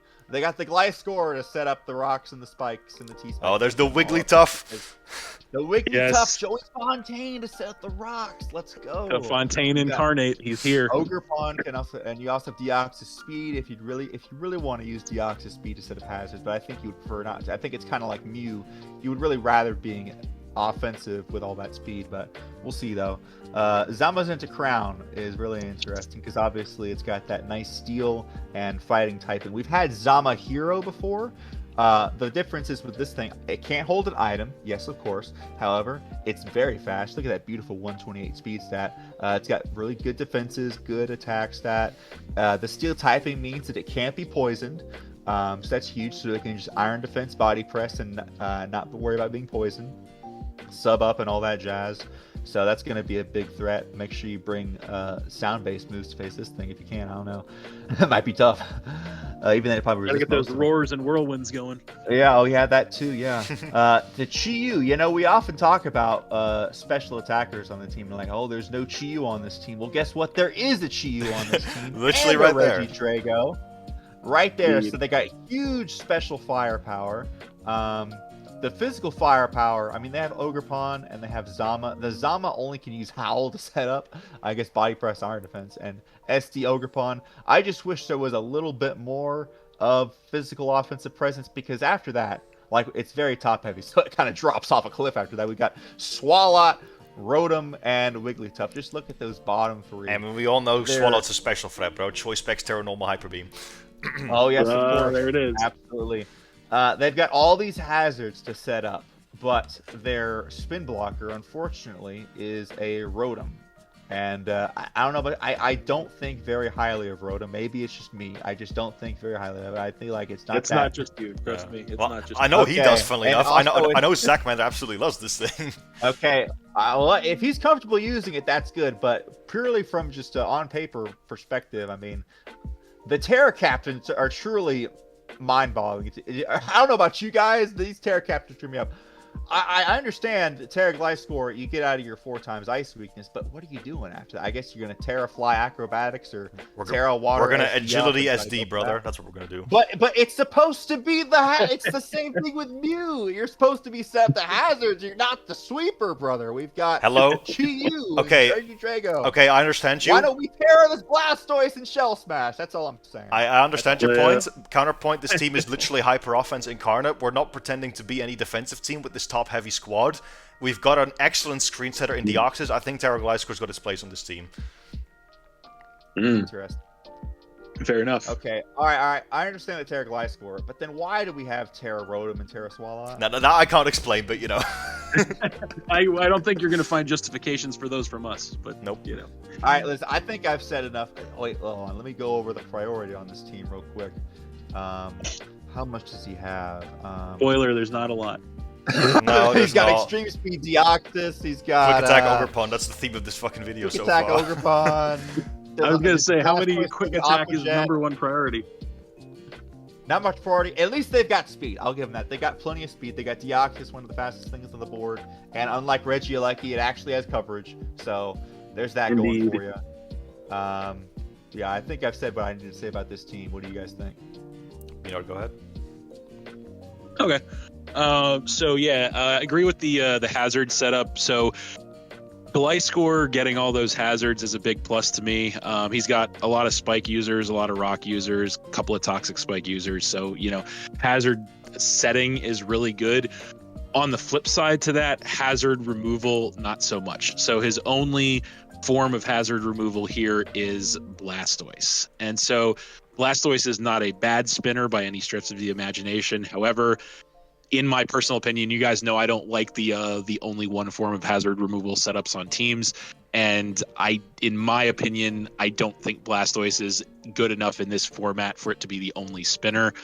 A common criticism that I'm going to have of this team is the fact that I feel like Blastoise just has too much on its shoulders on this team, because not only is it the only spinner, but it is one of the only priority users on this team as well with Aqua Jet. Now, to be fair, as you said, the speed tiers on this team are amazing. The speed control is amazing. Obviously with the Deoxys speed, and then filtering down from there with the Zam and the Ogerpon and the Chi-Yu, it's just really good. But the Terra Captain placement, that's another thing. Like I will actually agree that I do think Terra Gliscor is warranted. I think it's actually good, because even if you don't use it offensively, if you bring like Terra Water Gliscor, turns it into a defensive powerhouse, completely opposite to what it was, being able to resist both of its former weaknesses. So that's a big plus. That's only just, one possibility. But I do like the Terra Gliscor. I do take massive issue with the Terra Rotom and the Terra Swalot. Now, I understand that because this is one of the most top-heavy teams that we have in this entire league this season, that once you get past those first, 4 or 5 picks, you're going to have, there's going to be a big drop-off, right? So I think this team might have more Pokemon under a 5-point value than any other team in the league, if I'm not mistaken. Well, actually, there's only 2, but he's got under 7. Oh, well, yeah, under 7, you got it. So, but yeah, the Terra Rotom without Terra would have cost less too. So, but I'm looking at the Rotom, the Swalot, the Wigglytuff. Yeah, so all those Pokemon to me are as much as I love Wigglytuff and memes, Joey Fontaine, of course. I do think that this team is the first one that I've seen that I can with confidence say that the roster is, wait for it, shallow. I was waiting for it. There it is. There it is. There we go. Additionally, I was waiting for you to say that, literally. There you go. Shallow roster. But no, all seriousness, I do think this roster is a bit shallow, because actually more than a bit shallow, honestly, because not only that, but then you look beyond the Wigglytuff and the Swalot and the Rotom base form, you've got Regidrago, which move pool is really not that spectacular. And so you've got a lot of investment into your first 5 or 6 picks, but not much into your last 4, which means that this team is going to be pretty predictable, I think, in my opinion. It's going to be definitely more on the predictable side. So I do think that there could have been better allocation of those Terra Captain resources. You could have had Terra Blastoise, like you said. I don't know if the points would have added up for Terra Regidrago alongside Terra Gliscor or not. I think it might have been off by a point. I think it might have been off. Terra Regidrago is quite expensive. Regidrago and Swalot. Okay. Yeah. Gotcha. I think Blastoise, Regidrago, Swalot. I like that a lot better. You could have done that, or you could have done Gliscor and Blastoise, possibly. No, how much was Terra Blastoise? Oh, how much was Terra Blastoise? Oh, okay, never mind. So the math doesn't. So I guess that's kind of a as soon as they got Terra Gliscor, it screwed over their other guys. They had. No I was just about to say. I was just about to say. So that kind of makes Terra Gliscor a little less defensible, because it makes it so you're not able to. Yeah, you can't get you're not able to get anything else good for a Terra. So I don't know. Yeah, so there are definitely some issues with this team. For sure. The other thing that I noticed about this team is it does have a little bit of a ghost weakness as well. So you've got, I believe, 2 ghost weaknesses and only 1 ghost resist, which is that Wigglytuff, which Again, Chi-Yu. as much as I love Wigglytuff on yeah. Oh, that's right. You got Chi-Yu. My bad. So Yeah. They're neutral on it at least. Better fair than enough. most. Not exactly known for its defensive prowess, Chi-Yu, but that is a fair. Well, and hang on. Wigglytuff Did a pretty It's damn got good job decent at depth, walling my it's got Lunala. decent depth. did it. It's got Okay. Well, decent you depth. guys got to remember, I wasn't around for season 5, so I don't remember these things. That's But, true. Yeah, but man, no, it's got I 120 spadef. yes, that is respectable. So I stand corrected on that. But yeah, so I do think that aside from that, it's not a bad team. Definitely not a bad team. But I think this is like vintage top heavy team problem. Like this team is like, for better and for worse, all of the pros and all of the cons of a top heavy team incarnate, I think. So, but what do you think, Scorpion? Yeah, no, I completely agree. I think most of what I wanted to say has already been said, so I'm going to keep it short. I do think, this is top-heavy team, as we said. I do think the top 4 is pretty demonic. I guess top 5 if you swap Blastoise and Chi-Yu, like those 5 together, my god. It's a bit like, that is one of the plus about a top-heavy team, because of the quality of the first few months is so high. It's a bit like you could realistically bring D6 every single week, and it's a bit like, what are you going to do about it? And so that's definitely tough. I do also think that this team supports Zamazenta Crowned quite well. Zamazenta Crowned obviously really likes to have also hazards on the team. It really plays a good dual screen setter as well, because Zamazenta with dual screens up is literally unkillable, which Deoxys Speed can very comfortably set for it. Those two together in general are really, really demonic. And the hazard game is good. I do actually think Ogerpon Cornerstone is like the best Ogerpon for setting spikes. I do actually think this form specifically can do it a lot better than the other 3. Mainly because of Sturdy.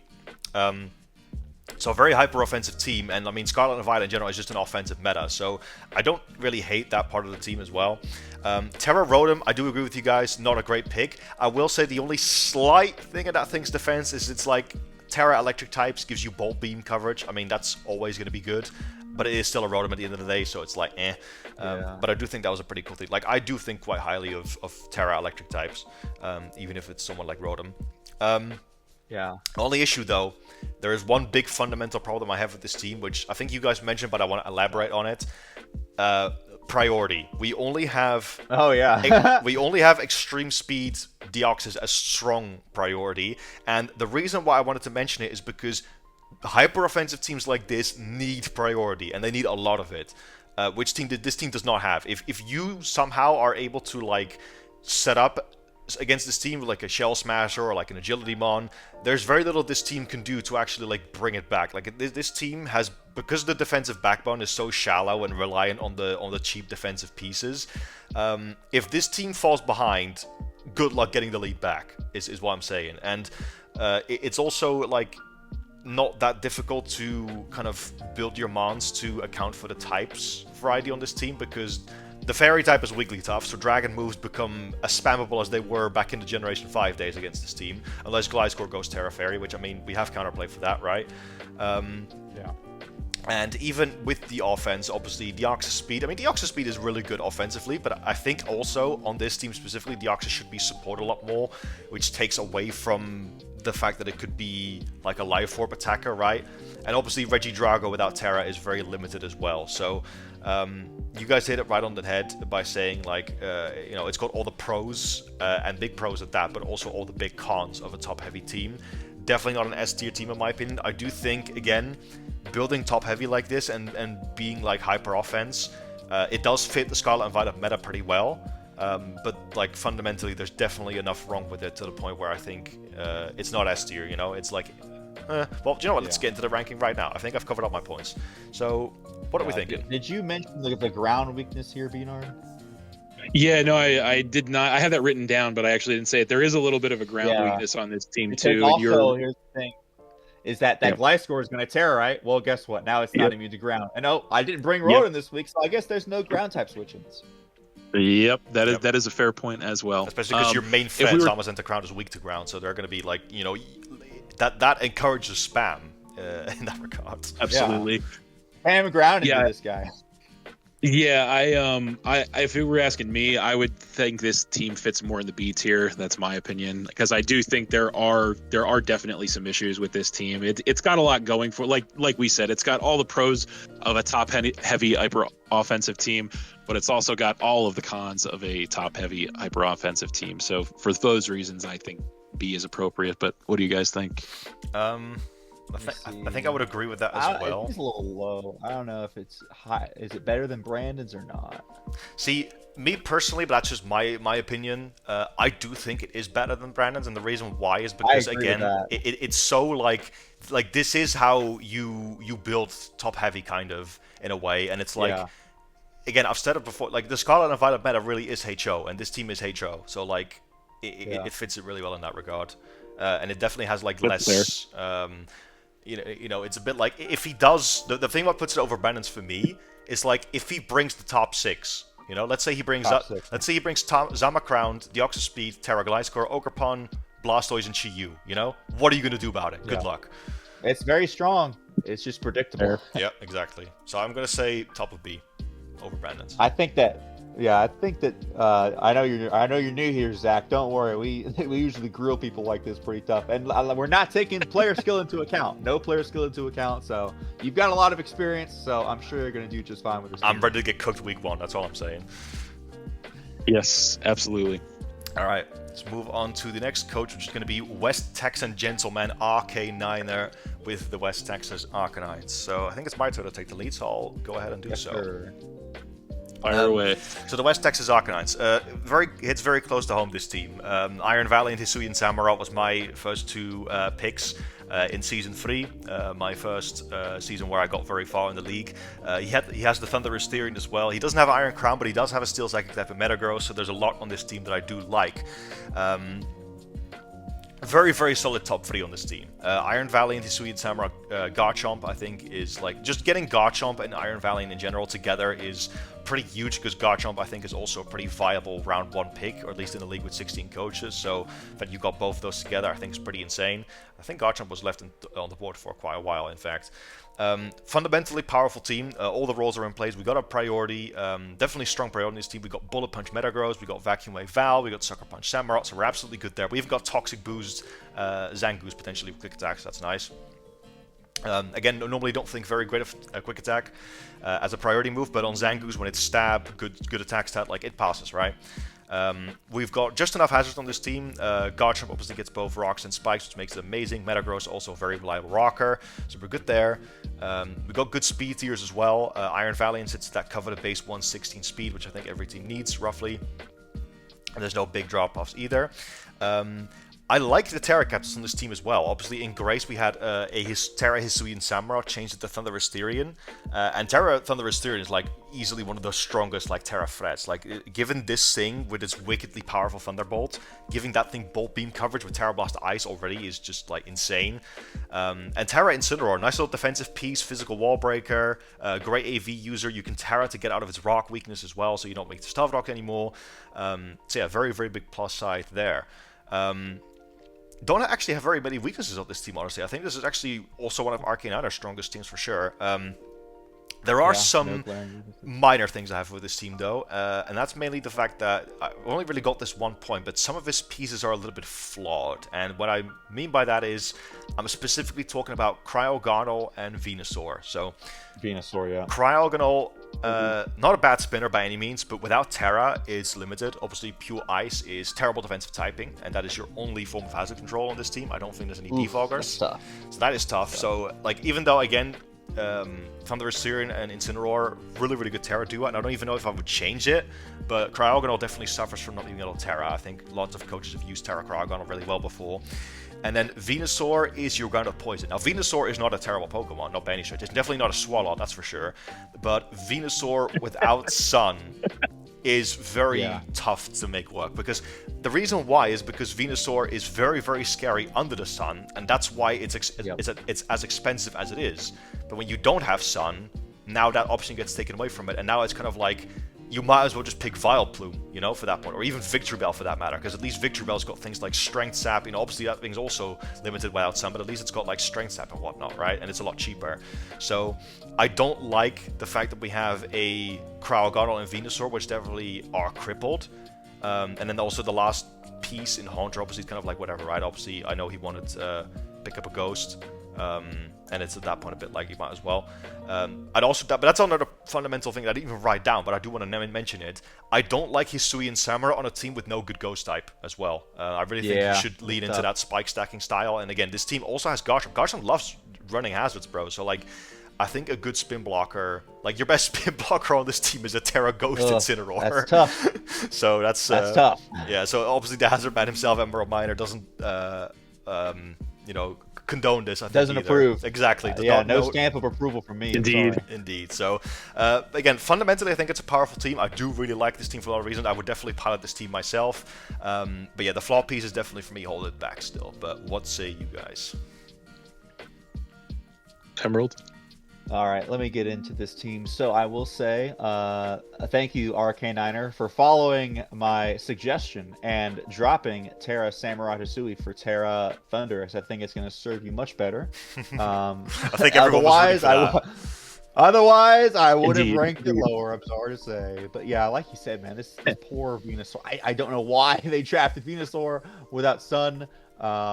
But if we just ignore the bottom half for a second, look at it. I mean, Iron Val, Samurai Hisui, Garchomp, Thunderous Theory. It looks so good, but then it just kind of drops off from there. I wish that they had a better spinner. I know that spinners are usually hard to come by that round, so they might have had to pick that up. But I don't know if you can make it into a Terracathin or not. Metagross, I don't know. Season 4 forever tainted my view of Metagross. But at the very least, it's good priority for you in Bullet Punch, and they've also got Vacuum Wave, Iron Valiant. They got Sucker Punch, Samurai Hisui. So I think that and Quick Attack, Toxic Orb, Zangoose. So I think that in terms of that priority, I think that they're actually doing pretty decent compared to other teams. I wish they had, let me see, they got 2 U-turners, and a Volt Switcher was also a U-turner. I wish there was a little bit more pivoting and a bit more of a defensive backbone, because based on what I'm looking at right now, I mean, if Venusaur is kind of like your defensive grass type with like synthesis, and that's how you're going to run it, I mean, I guess that's something.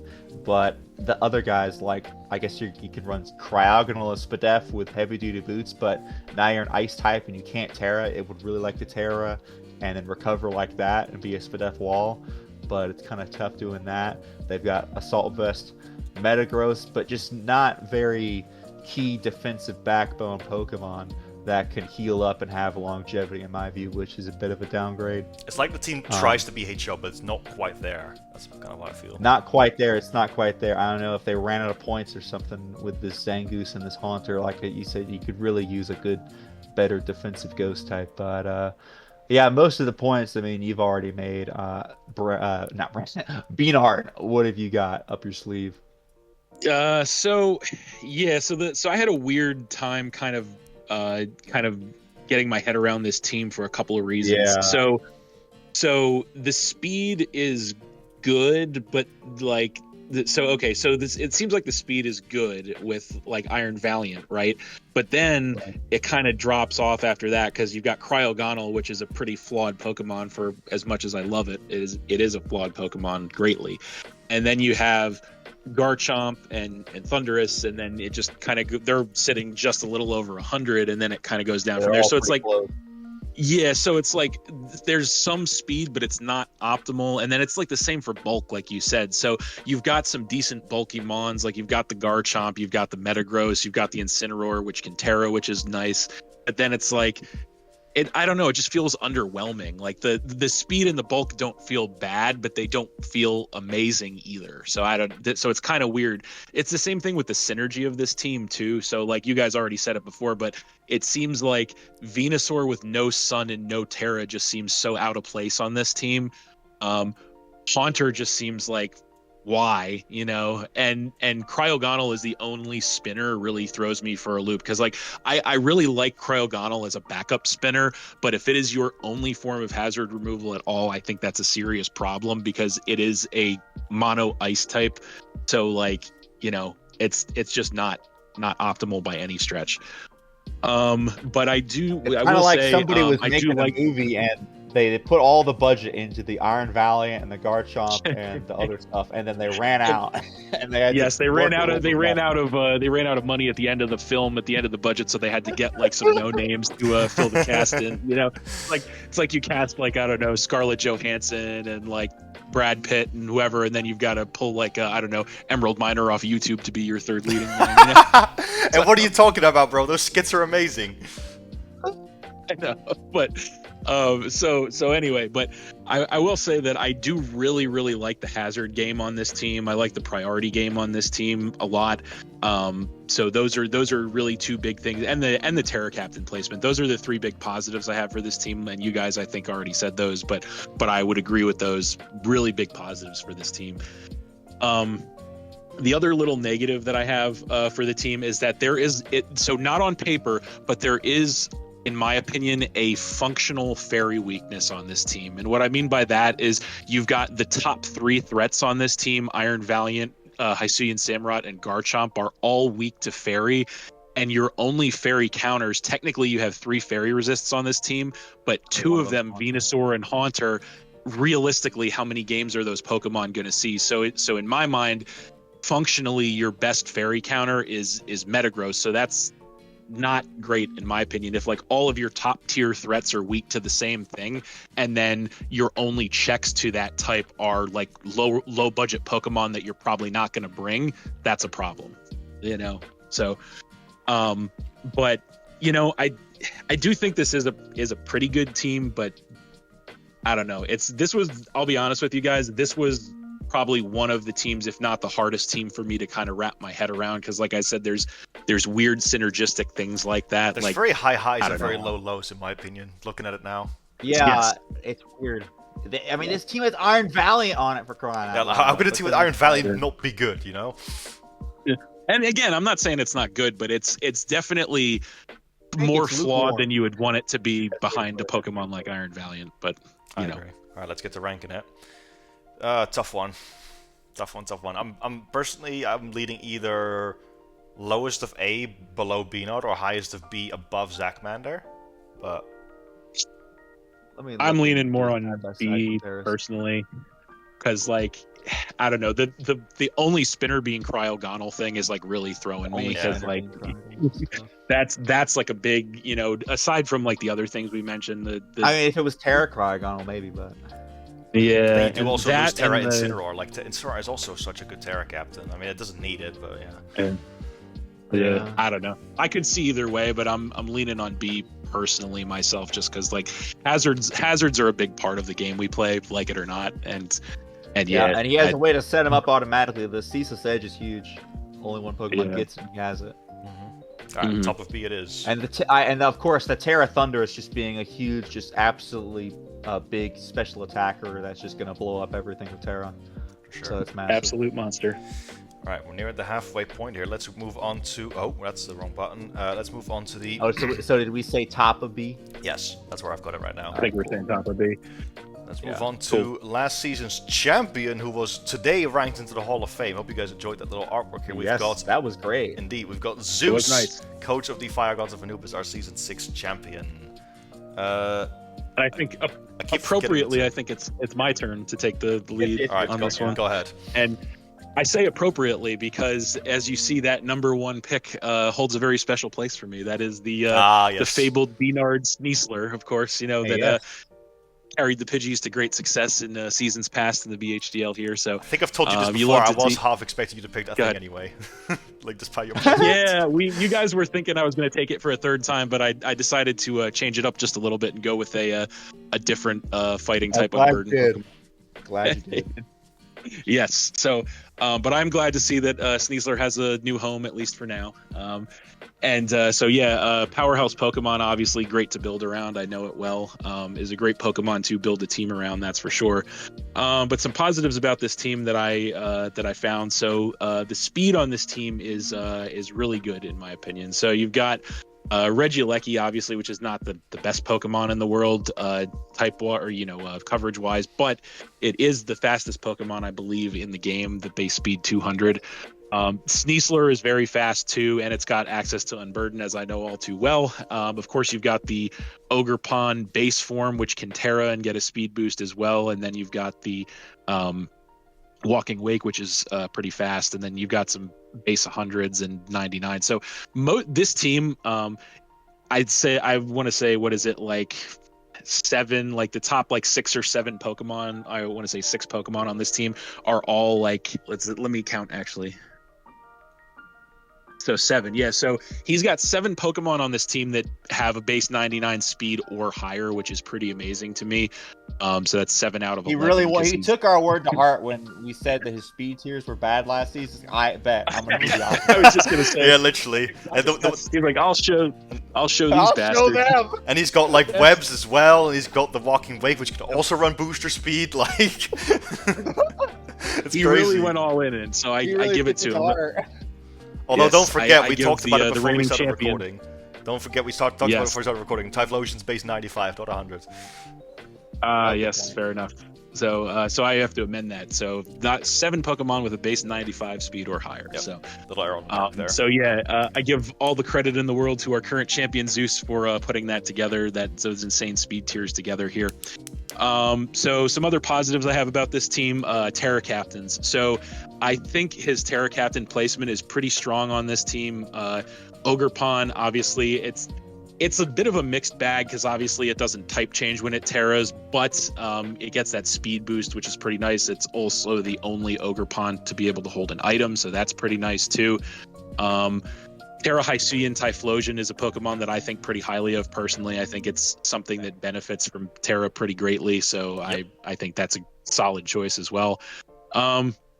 I like the hazard setup on this team. He does have a lot of rockers. He's got, one spiker, although it's the Ogerpon, which, probably doesn't want to use spikes, but it could if it wanted to. It's got Toxic Spikes, Sneasler, which I know all too well, and so does Scorpion. So wait, you're okay with Toxic Spike Sneasler, but not Spike Ogerpon? No. It was a joke. You used it before, I know, so I know it's possible. Yes.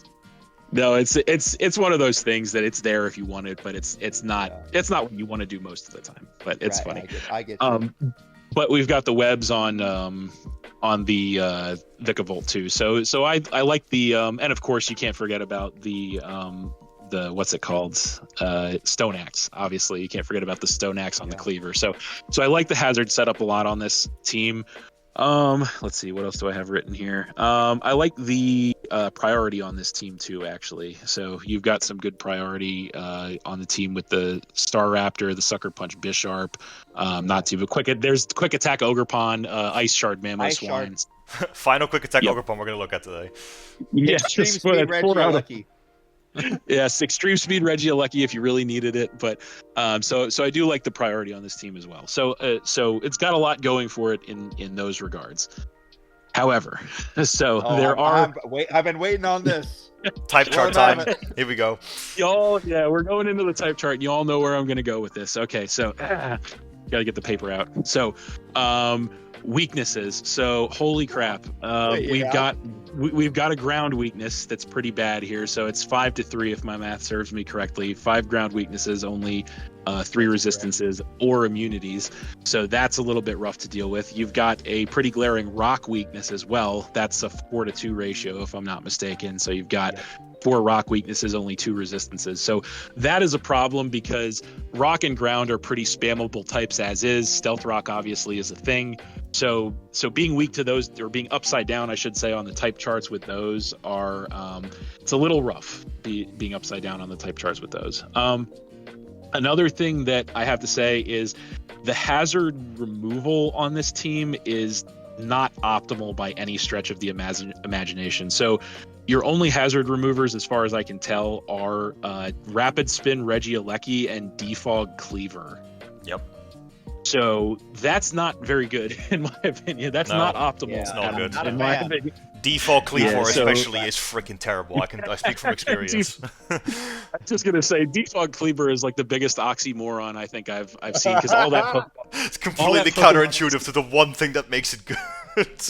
Yeah, I was just gonna say, like, it's all it wants to do is spam until it dies. Like, Literally. Well, know, look, it can defog, and then it can use Stoneaxe, okay? Yeah, Oh, with that man, great no. defensive typing that provides 0 useful resistances whatsoever. Great idea, bro. Hey, look, And we're also Stealth Oh, Rock man, weak.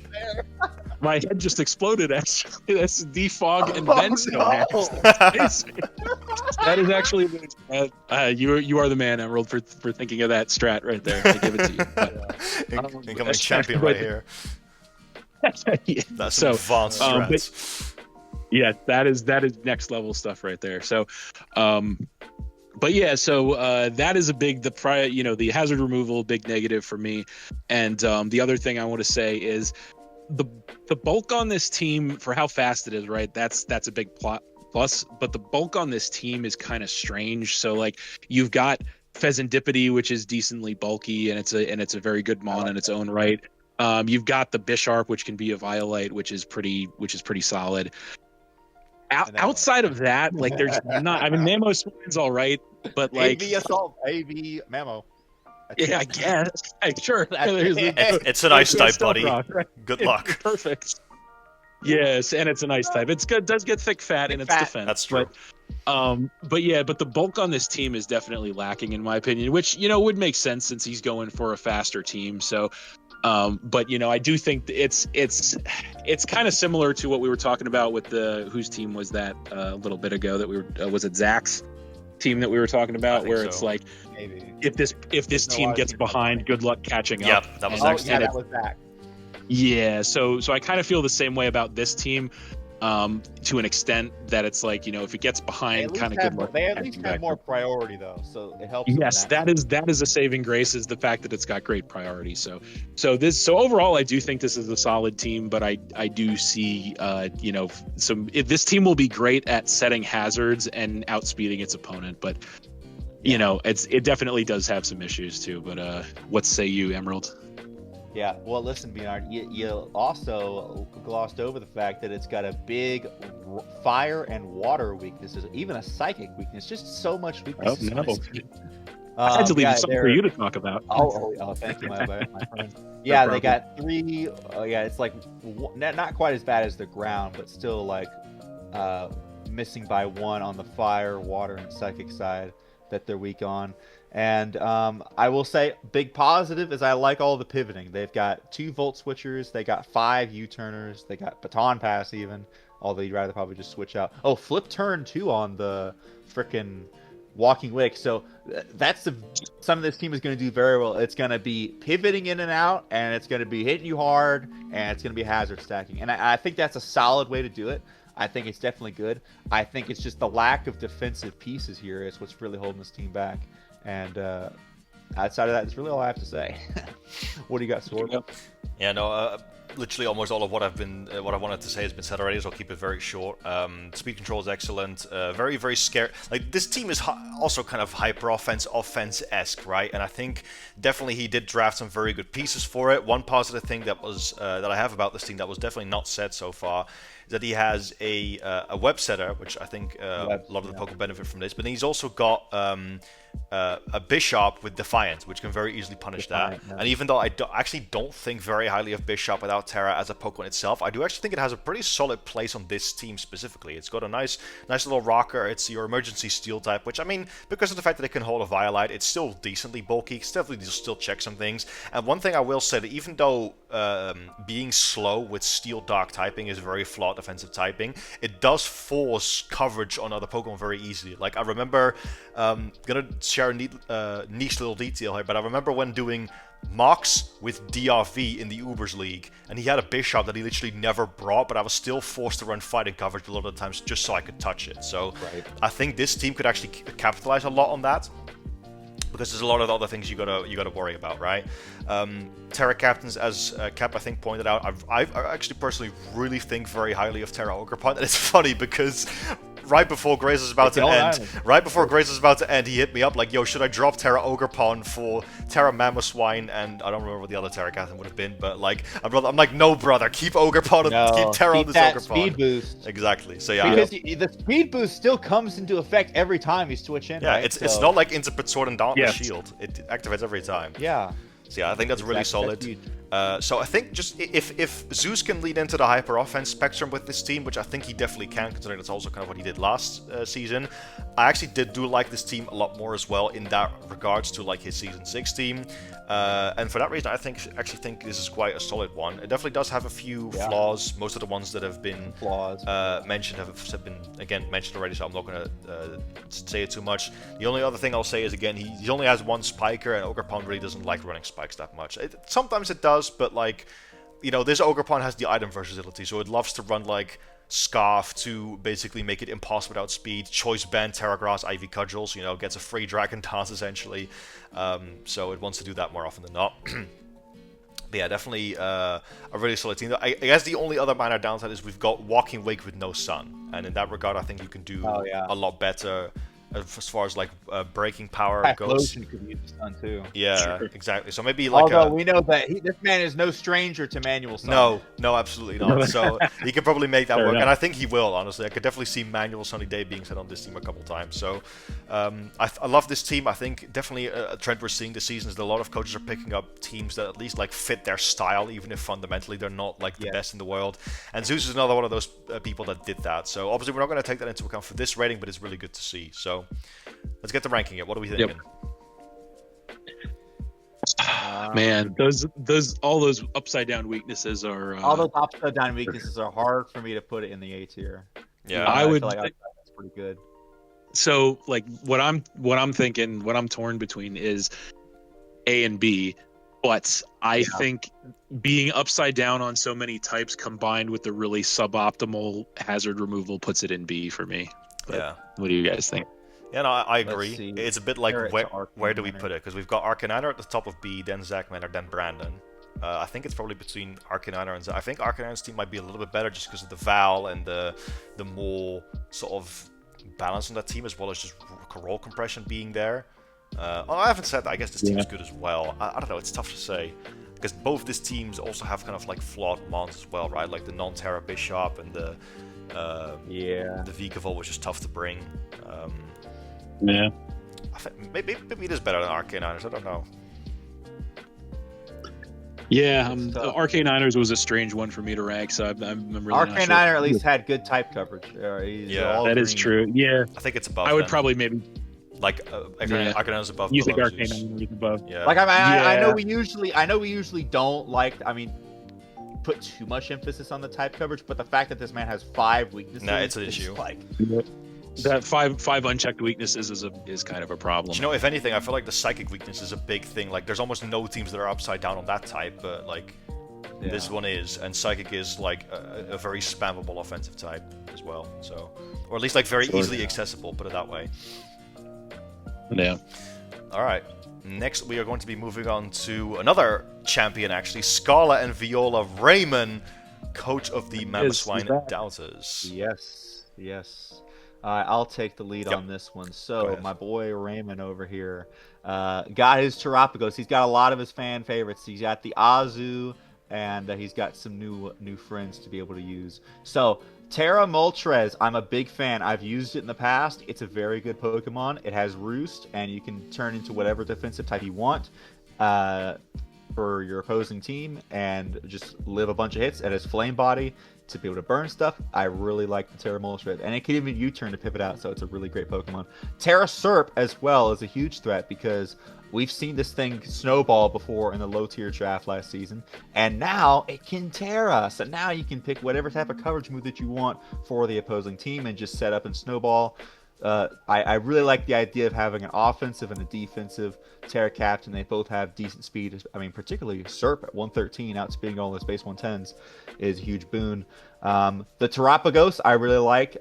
Very good rapid spinner. Obviously, you slap boots on that thing, you are pretty much guaranteed to be able to get off your rapid spin. Even if they go out into a ghost type, you can fire off decently strong dark pulses. Terra Star Storm hits like a truck. I mean, Cap, you've seen for yourself the power of choice best Terapagos. Had to rub it in. It's been a while, but yes, I do recall. Drift. But now I got me a one trick pony to prevent that. But go on. Yes, absolutely. You've got although he kind of stopped, you all both kind of stop each other with that sense, but yeah. The Drifblim has Defog, and I like the Drifblim, honestly. It has Strength Sap, it has Will-O-Wisp, it has lots of good stuff. They've got the Weavile, we've been talking about knockoff, and let me see, they got like Azu and Weavile Azu still get knockoff? Yep, no, it does. Absolutely does. Okay. Alright, we're still good. Weavile, giving it that speed tier is huge. They got 2 levitators. They're learning from me, B-Nard. They got their levitators, so they're good on their type. You'll love to see it. You'll love to see it. It's all green as far as I can see. They've got good priority and Aqua Jet Azumarill, Iron Fist, Mach Punch Palmot. They've even got First Impression Flygon, Ice Shard Weavile, so very strong. Like, I just feel like all of our points pretty much, like, traditionally, for those of you who don't know, like, Raymond's teams are usually a bit unorthodox. And in the past, they haven't done as good in the power rankings. Of course, he's still been able to win the league twice or come very close with his teams. But this, like, on paper, is probably one of his, like, best teams, in my opinion. For sure. Yeah, let me know what you guys think. I mean, the only other thing is that it doesn't have spikes, but they've got plenty of rockers at least. So what are you guys thinking? Yeah, so absolutely. I think this is easily one of Raymond's best creations. I know he's very proud of it itself. A little bit of background sort of knowledge. Raymond did not get sniped once during the draft, which is huge for him, so he was able to put together literally exactly what he wanted, and that was great. Did go through a lot of changes. There was a lot of kind of methodology behind what monster to pick, but that was definitely very, very well done. Fundamentally, as you said, this team is excellent. I won't go into too much in detail because you already mentioned all of it. What I do like, though, is that we also have this synergy between the mons, right? We got a lot of pivots to put Pokemon like Azumarill and Weavile into attacking position to force progress. We have the best one of the best rapid spinners in the game, supporting an X4 rock weak mon and the Weavile as well, which really hates switching into rocks. Obviously, Moltres can Terra, but it's not like you definitely don't need to Terra Moltres every game. And in the games where you don't and you want to Terra the superior, you obviously still got that rapid spin support, so Moltres doesn't take 50% upon switching in, and that opens up its item slot as well. Because that's another thing I like about this team. Obviously, Moltres, it starts off as a Fire Flying. You still do need to Terra it at one point. So if Raymond wants to run offensive Moltres and run another item that's not Boots, he can, because he's got that great rapid spin support. Really like that. As you said, the priority is excellent. I do, again, been saying it a few times with a few other teams, I do think not having a Spikes user is a bit of a negative thing on this team, especially because he has a lot of Pokemon that do benefit a lot from hazards, Superior especially, but Weavile as well. Having their checks be whittled down by rocks and spikes is a bit of a, not being able to do that is a bit of a negative in my opinion. Lots of defensive synergy on this team as well, though. We obviously got the Moltres, as you said, amazing wall. Drifblim can definitely wall quite a lot of things. A lot of his, Raymond's team as well, I think, is there's a lot of Pokemon that can run Assault Vest on this team really well, and that's very ironic because Raymond's favorite item is Assault Vest, so he loves running that thing. I do love Assault Vest, yeah, that's good. Absolutely, so that's definitely not as big of a downside in my opinion. The only other minor nitpick that I have about this team, but I know Raymond thinks of this a lot less than I do, is I don't really like the fact that your grounded Poison doesn't like to be grounded, because at least in my eyes, Weezing should be running Levitate a lot more often than Neutralizing Gas. Yeah. Especially the Cantonian one, actually. At least I feel like the Galarian one gets more out of running Neutralizing Gas. I think Raymond's team could be a little vulnerable to Toxic Spikes, but that's only a minor nitpick because A, Neutralizing Gas is still a very solid ability, it definitely still can, and B, again, Heavy Duty Boots Terapagos could still get rid of T-Spikes anyway. So, fundamentally, extremely strong team. Big fan of it. Again, the only real big downside for me is no spikes. But, yeah, that's... Like you said, we have seen successful teams without spikes before. But, what are you thinking, Cap? So, I agree with just about everything you guys said. First thing I want to say is that I do think... I agree with Emerald 100%. I think I would go even farther, and I would say this is hands down the best team that Ray has put together on paper of any of his teams. I think he's going to be very, very happy to hear you say that. Yes, I'm sure he will. I'm sure he will be. So this is going to be the Raymond Puff piece. So get ready. He's been waiting for it for years to hear it from me, and he's been waiting years to hear these words out of my mouth. But I'm going to say them. So, and because I believe him, not for any other reason. So, so I do think this is the best team he's ever put together on paper. I'll be honest, I think this is one of, if not the best team in the league this season on paper. So the reason I say that is for all the reasons you guys mentioned. First and foremost, type chart, completely balanced. Bravo, great work with that. Terra Captains, very well placed, like you guys said, both Moltres, but especially I think Superior really benefit from being a Terra Captain.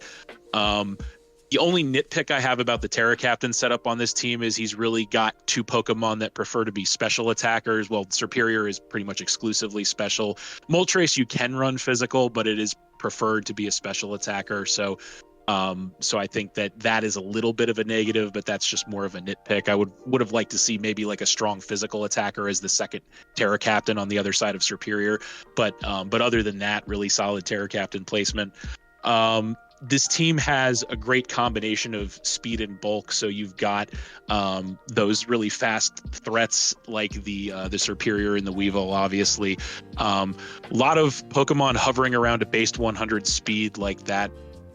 Piedmont, the what's it called? Jirachi, and then of course your I'm blanking, Flygon. There we go. Brain freeze. But I do like the fact that he has three very, very viable stealth rockers in terms of Flygon, Jirachi, and Terrapagos. A very viable toxic spiker in Weezing. I do agree with a second little nitpick, and that is the lack of a spikes user. However, based on the fact that he has reliable hazard setting in other ways, I don't think that's the end of the world, but that is a little bit of a nitpick. And then I would also say he's got some pretty solid priority on this team as well, obviously with the Aqua Jet Azumarill, Mach Punch, Piedmont, and so forth, Ice Shard Weavile. So this team, I think Emerald put it the best when he said this team pretty much checks all the boxes. So he's got two reliable hazard removers as well, being the Terrapagos, obviously, but then I think very highly of Drifblim as a secondary hazard remover. So I do think why. It is yet another Joey Fontaine. You should try it, Stork. I forgot about it. Brother, I had Drifblim all the way back. I was the first person at BHL to draft Drifblim. Hello? Oh, I forgot. I had it in season 1. And it was a Terra Captain, no less. So far back, I forgot. Yeah. But what I am saying is I think that Emerald hit it on the head when he said that this team checks all the boxes that you would want a draft league team to check, like 99%, I would say. Like I said, I have a couple nits to pick, but those aren't like super serious. So yeah, this is a phenomenal team on paper. I don't see one major flaw to this team, to be honest with you guys. I see a couple of minor flaws, but I see no major flaws with this team. Same. And Same. Bravo. Well done getting this at the 9th spot, which usually most people would not want to get, but he got everything. That is he like the worst. That is like the worst spot in the draft order, in my opinion. And look at Ray. He made the most of it in a big way. For sure. All right, let's rank it top of S, I think, above Stefan as well. Easy. I also think this has been easy. Could definitely be the best team in the league. We've still got quite a few teams to go, but I think it's definitely up there. And I'd like to think again, we've definitely not even taken Ray's skill into account. He's gonna fucking like I could see a third trophy on his name this season for sure. Glad I don't have to face him in the regular season. Oh, me neither actually. Cap, good luck. Well, thanks. I'll let you know how it goes. Very epic. All right. We're going to be moving on to another fan favorite here. It's going to be DRV, Coach of the Fear of Rippers. And I'll take the lead on this one. Definitely a fan favorite of mine. So, first of all, I have been cheering for it for quite literally years. 7 seasons in the making. Ladies and gentlemen, we finally have someone drafting Iron Thorns. I don't know why this mon is so special to me, but it is. And he's made it a Terra Captain. And crying over there. Tears of joy. Yeah, no, I don't know why. It's just like, I think the reason why is because Iron Thorn specifically is like, across the seasons we've made it cheaper and cheaper and cheaper, and no one ever picks it up because it's terrible. And now finally someone found a justification for it. And all spoilers, I actually think it has a really solid place on this team. I think it's legit. I think it's good. Yeah, very happy to see it. But yeah, let me get into it. So, DRV's team. This team has a lot of modes on it as well, just like kind of like B-Nard's team, and I think Zeus's as well. We've got screens on this team. We've got webs as well. A much better web setter. Probably the best web setter actually on the board with Rabombi. But we've also got a lot of bulky mons. We've got Hydrapple with Regenerator, Tornadus T with like Terra Hydrapple and Tornadus T. My god, that's a demonic Regenerator core. That's amazing. We also have the Pecharunt, which can play a good defensive role. Klefki, obviously, nice little utility piece there. So this team can play both offensive and defensive roles extremely well. Obviously, Crocodile as well. It can be like Scarf Moxie, but also bulky AV sets as well, right? Same with Quaquaval, roughly speaking. So a lot of versatility on this team, really like it. Obviously, I do love the Terra Captains as well. I think Hydrapple, as we've seen, obviously Emerald used it in the speed draft. Really, really solid Terra Captain, but it doesn't even like it's not an overly big Terra Hawk. It does sometimes it comes across as one, but again, we've seen it. Not a lot of teams have Ice types this season. So I think definitely this season it could definitely like do its job well enough without Terra. And Terra Iron Thorns is not only like the reason why I quite like it on this team is again because we've got webs and spikes and rocks, right? And if there's anything that like facilitates this mon and gets the most out of it, it's that. So big plus on the Terra Captains. And you know me, I love the Delphox. I gotta give a shout out to both Torterra and Delphox, two of my favorite Pokemon, got drafted without even me needing to do it. So shout out to you guys. Although of course I'm not gonna take that into account when seriously rating the team. Couple of negatives though. They're definitely awesome. So first of all, we kind of unfortunately a bit of a trend this season. We have a big lack of priority on this team. We have Sucker Punch on Hydrapple, which doesn't have the best attack set in the game, and we have Aqua Jet on Quaquaval. Now that's a bit of a stronger one, but other than that, that's it. Like that's literally it. Obviously we have Prankster Klefki, but that, you know, attacking moves don't have priority on that. So that's definitely a bit of a weakness. We also have, and I'm sure both Cap and Emerald, especially Cap, are going to elaborate on the type chart a bit more, but there's one thing in particular that I wanted to mention. If we do Terrastallize Hydrapple, we have a big water weakness on this team. Like a big water weakness. Oh, yeah, we got a massive one. Yeah, for sure. So that's going to be tough. The words right out of my mouth. Yep, there you go. So that's definitely one thing I did notice. And we also, like, I don't know, I feel like it's not, I don't know, like the pieces that can play defensive are really good at it, but like, I don't know, I think this team is like, in that regard, maybe a little bit confused at what it wants to do, because like, I did compliment before how like Quaquaval and Terra Iron Thorns are great webs abusers, Pecharunt as well to an extent, that's an amazing spin blocker, which is awesome, but Torn T and Terra Hydrapple don't benefit from webs at all, so it's like, and you've also got Rapid Spin Quaquaval, which, like, I mean, I think it actually is a pretty good spinner. I think people underestimate Quaquaval as a spinner a little bit. It can fit it into his moveset more often than I think you might expect. But if we don't run that, then our other hazard removal is Tidy Up Mousehold, which removes our own hazards, and this team really appreciates them. So that's a bit of an issue. And last but not least, I'm actually not... I personally really like teams that have like a bulky water type. It's by no means a requirement, but this team also doesn't really have that. And the reason why I mentioned that on this team specifically is because, again, it gives us that water weakness. So I think Hydrapple in particular is going to be forced to bring Terra Water a lot, actually. Also get around its ice weakness. But in that regard, it could be a little bit predictable. I think this team has a lot going for it, and I actually think it's definitely one of the better teams we've looked at so far. But yeah, definitely still notable flaws. Go ahead and take it over for me. What do you think, B-Nard? All right, so you made some good points there for sure. The versatility of this team is probably its greatest strength, in my opinion. That combined with the Terra Captains. So like you said, there's a lot of modes that this team can have, a lot of versatility. The Terra Captains are well placed. So Terra Hydrapple is a significant upcharge from normal Hydrapple, and for good reason, I think. The regen core, like you said, amazing. Terra Iron Thorns is really, really solid. So I'm a big fan of that as well. There's some strange things about this team. So like, I feel like, so like you said with the priority, that's a problem. The lack of good priority. The hazard control on this team is a little weird too to me, because like you've got two rock setters, one of which is Iron Thorns, and the other of which is the Crocodile. But like I don't know that either of them are like really optimal rock setters, especially if you're going for Terra Captain Iron Thorns, then that would be more of an offensive Iron Thorns, which means I don't know that Stealth Rock has a place on that as much. I mean, and Crocodile is fine with Intimidate. Crocodile's okay, is an okay Stealth Rocker. I mean, it's not a bad. They are Stealth only rocker, one though, don't get me basically, wrong. because we know Iron Thorns doesn't want to. Yeah. Crocodile's So a great Iron rocker, Thorns but it's tough. Yeah, I probably think a little lower of Crocodile as a rocker as you guys, but that's fine. I think highly of Crocodile as a Pokemon for sure, but I like it as more of an offensive Pokemon myself. I get Same. It's kind of the same problem with spikes though, because like you have Klefki that loves to set spikes, and that's well and good. But then you've got Iron Thorns as your other spike setter, which again, it's this Iron Thorns is not setting hazards, brother. I'm sorry to tell you. Exactly. Yeah. So that's kind of an issue for me a little bit. And Terra. Exactly. So that's a little bit of an issue for me. I love the Sticky Web Rabombi. I think that fits great on this team.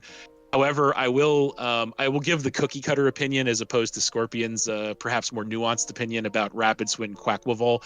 I do not think Rapid Spin Quackleval is very good personally, and I have 2 words for you as to why. Aqua Step. That's Aqua all. Step, yeah. So other Pokemon can benefit greatly from rapid spinning, but it's like when I look at Quackleval, it's like I would much rather click Aqua Step than Rapid Spin, like 99% of the time. I would much rather have that 4th move slot for something else than Rapid Spin on Quackleval. And as you pointed out, Mouse Hold to me, when I look at Mousehold and Quackleval as the hazard removers, I see 2 suboptimal hazard removers at best, in my personal opinion. It doesn't mean he can't make it work, but I don't think very highly of either, especially after drafting Mousehold last season. I don't think very highly of Mousehold, especially not as a Terra Captain, which brings me to my final criticism of this team, and that's that I feel like he drafted a lot of Pokemon that would benefit from being Terra Captains that aren't Terra Captains. So Mousehold is probably one of the biggest examples of that, because I feel like, again, speaking from experience with Mousehold, it was extremely underwhelming not as a Terra Captain, and that was in a lower tier league. So maybe I played it wrong, or maybe I'm not good. I don't know. I mean, there's a reason it's only 4 points. But yes, but I don't think very highly of Mousehold as not a Terra Captain. Another Pokemon that I don't think super highly of as not a Terra Captain is Delphox. I think I agree with you. It's a fine Pokemon. Yeah. There's a reason I made it a Terra Captain in Season 4. Yeah. Yes, exactly. As a Terra Captain, it is way better. Not as a Terra Captain, don't have a very high opinion of it. So I think that it's this weird paradox where he's got all these Pokemon that it feels like they would benefit greatly from being Terra Captains, but they just aren't. So, but yeah, that's what I got to say about that. It's not a bad team by any stretch, but there's definitely some strange issues with it. Yeah. But what do you think, Emerald? It's like funny you say that, because it's like he's got all these mons like that benefit from Terra, but then like he's also put Terra on arguably the 2 that need it most. So like the 2 best. Yeah, exactly. Of course, but then he's still left with mons that need it. So it's tough. You know. Yeah, I get what you're saying, B-Nard. Draft different Pokemon that don't need it, but then keep these guys because these 2 are goated. Terra Hydrapple, I got immense praise for it, man. This freaking saved me in my game versus Scorpion. Otherwise, I would have lost. Well, also X's or Keldeo. But shut up. I really like the Regenerator core. I really like the Terra Iron Thorns. I mean, just to be able to see Terra Iron Thorns in BHDL is going to be huge. However, we got to talk about this type chart, though. In addition to the water weakness, also a big ground type weakness. Of course, I mean, we can imagine Terra Iron Thorns is going to Terra out of it, but you know, it's still like the Delphox, the Pecharunt, the Klefki, some of these Pokemon that are very easy to spam ground into. Same with flying. We got the Quaquaval and the Hydrapple. Of course, Hydrapple can Terra out of it, but it's just you put pressure on these Pokemon. You know, you can only Terra one of these things. So if you bring water, ground, and flying type and just try to push into those, like one of those brute force is going to work eventually. As much as I like the defensive core of this team with the Regenerator, the Recover, and all that jazz, the webs, I think it's definitely pretty solid. I think they got a lot of pivoting. I just think, like we said, it's like it's always like they have good stuff, but then there's these other detractions. It's almost just like kind of holding them back, you know? Yeah, I do know. Fair And assessment. I will say, Suboptimal. I said it once and I'll say it again, is I'm not a big fan of needing to Terra out of a weakness to fix like a type imbalance that you should have accounted for already in team building. So Right, because it just makes it to where when you're So much prepping against pressure. this team, then Yeah. that's what your opponent's going to do. It's going to aim for the weak points. Exactly. Puts too much pressure on needing to Terra into like certain types to fix your type chart. So yeah, and you get your Pokemon kind of get pigeonholed into doing that every week as a result. Yep. Yeah. Let's get to ranking What do we this. think about putting this team? Yeah, this is a tough one. I mean, yeah. I feel like it's getting harder the more teams we put on here. Yeah, because it's like we're trying to compare it to the other teams, and it's like, is it an A or a B? Do we think? I'd definitely just say B. Lack of priority, lack of some... the lack of priority. Lack of priority, a little bit of defensive flaws, type chart, as you guys said. Makes it definitely... I think There's no real, like... They kind of lack breakers, don't they? I mean, there's Iron Thorns, which is strong, but it's, like, slow. Like, there's no Chi-Yu on this team, as we like to say. Nah, well, that is true. Yeah, it's tough. Well, Terra Hydrapple's I mean, obviously strong as well. Quaquaval can snowball, but, like, immediate, like, power... I don't see immediate power. Delphox is about as budget as a Chi-Yu can get as well. Yeah, Choice Specs Delphox with Overheat or something like that, but I mean, outside of that... I don't know. I'm comfortable with B for sure, but I don't know where you want to put it in B. I don't know. I feel like it's like... maybe like right in the middle, perhaps? Between Zach and Zeus? Yeah, something like that. Yeah, that's fine. I think that's good. All right. Works for me. Honestly, we're splitting hairs at this point with these placings, but... It is rough. It is hard to there's little things that edge teams out over the other ones, so it is tough. Pretty much. And it's tough because like one team has this, but the other team has that, and it's like, how are they weighted? You know? How do you weigh them against each other for sure? Actually. All right, another BHDL Classic coming up. We've got one of the 7-time coaches here, Pokemaster88 from the Discord server. Go ahead and join the Discord server. There's a link in the description down below. Of the California Trailblazers. Love it. Had to do it, of course. Best place to go for Scholar and Viola Wi-Fi battles right now.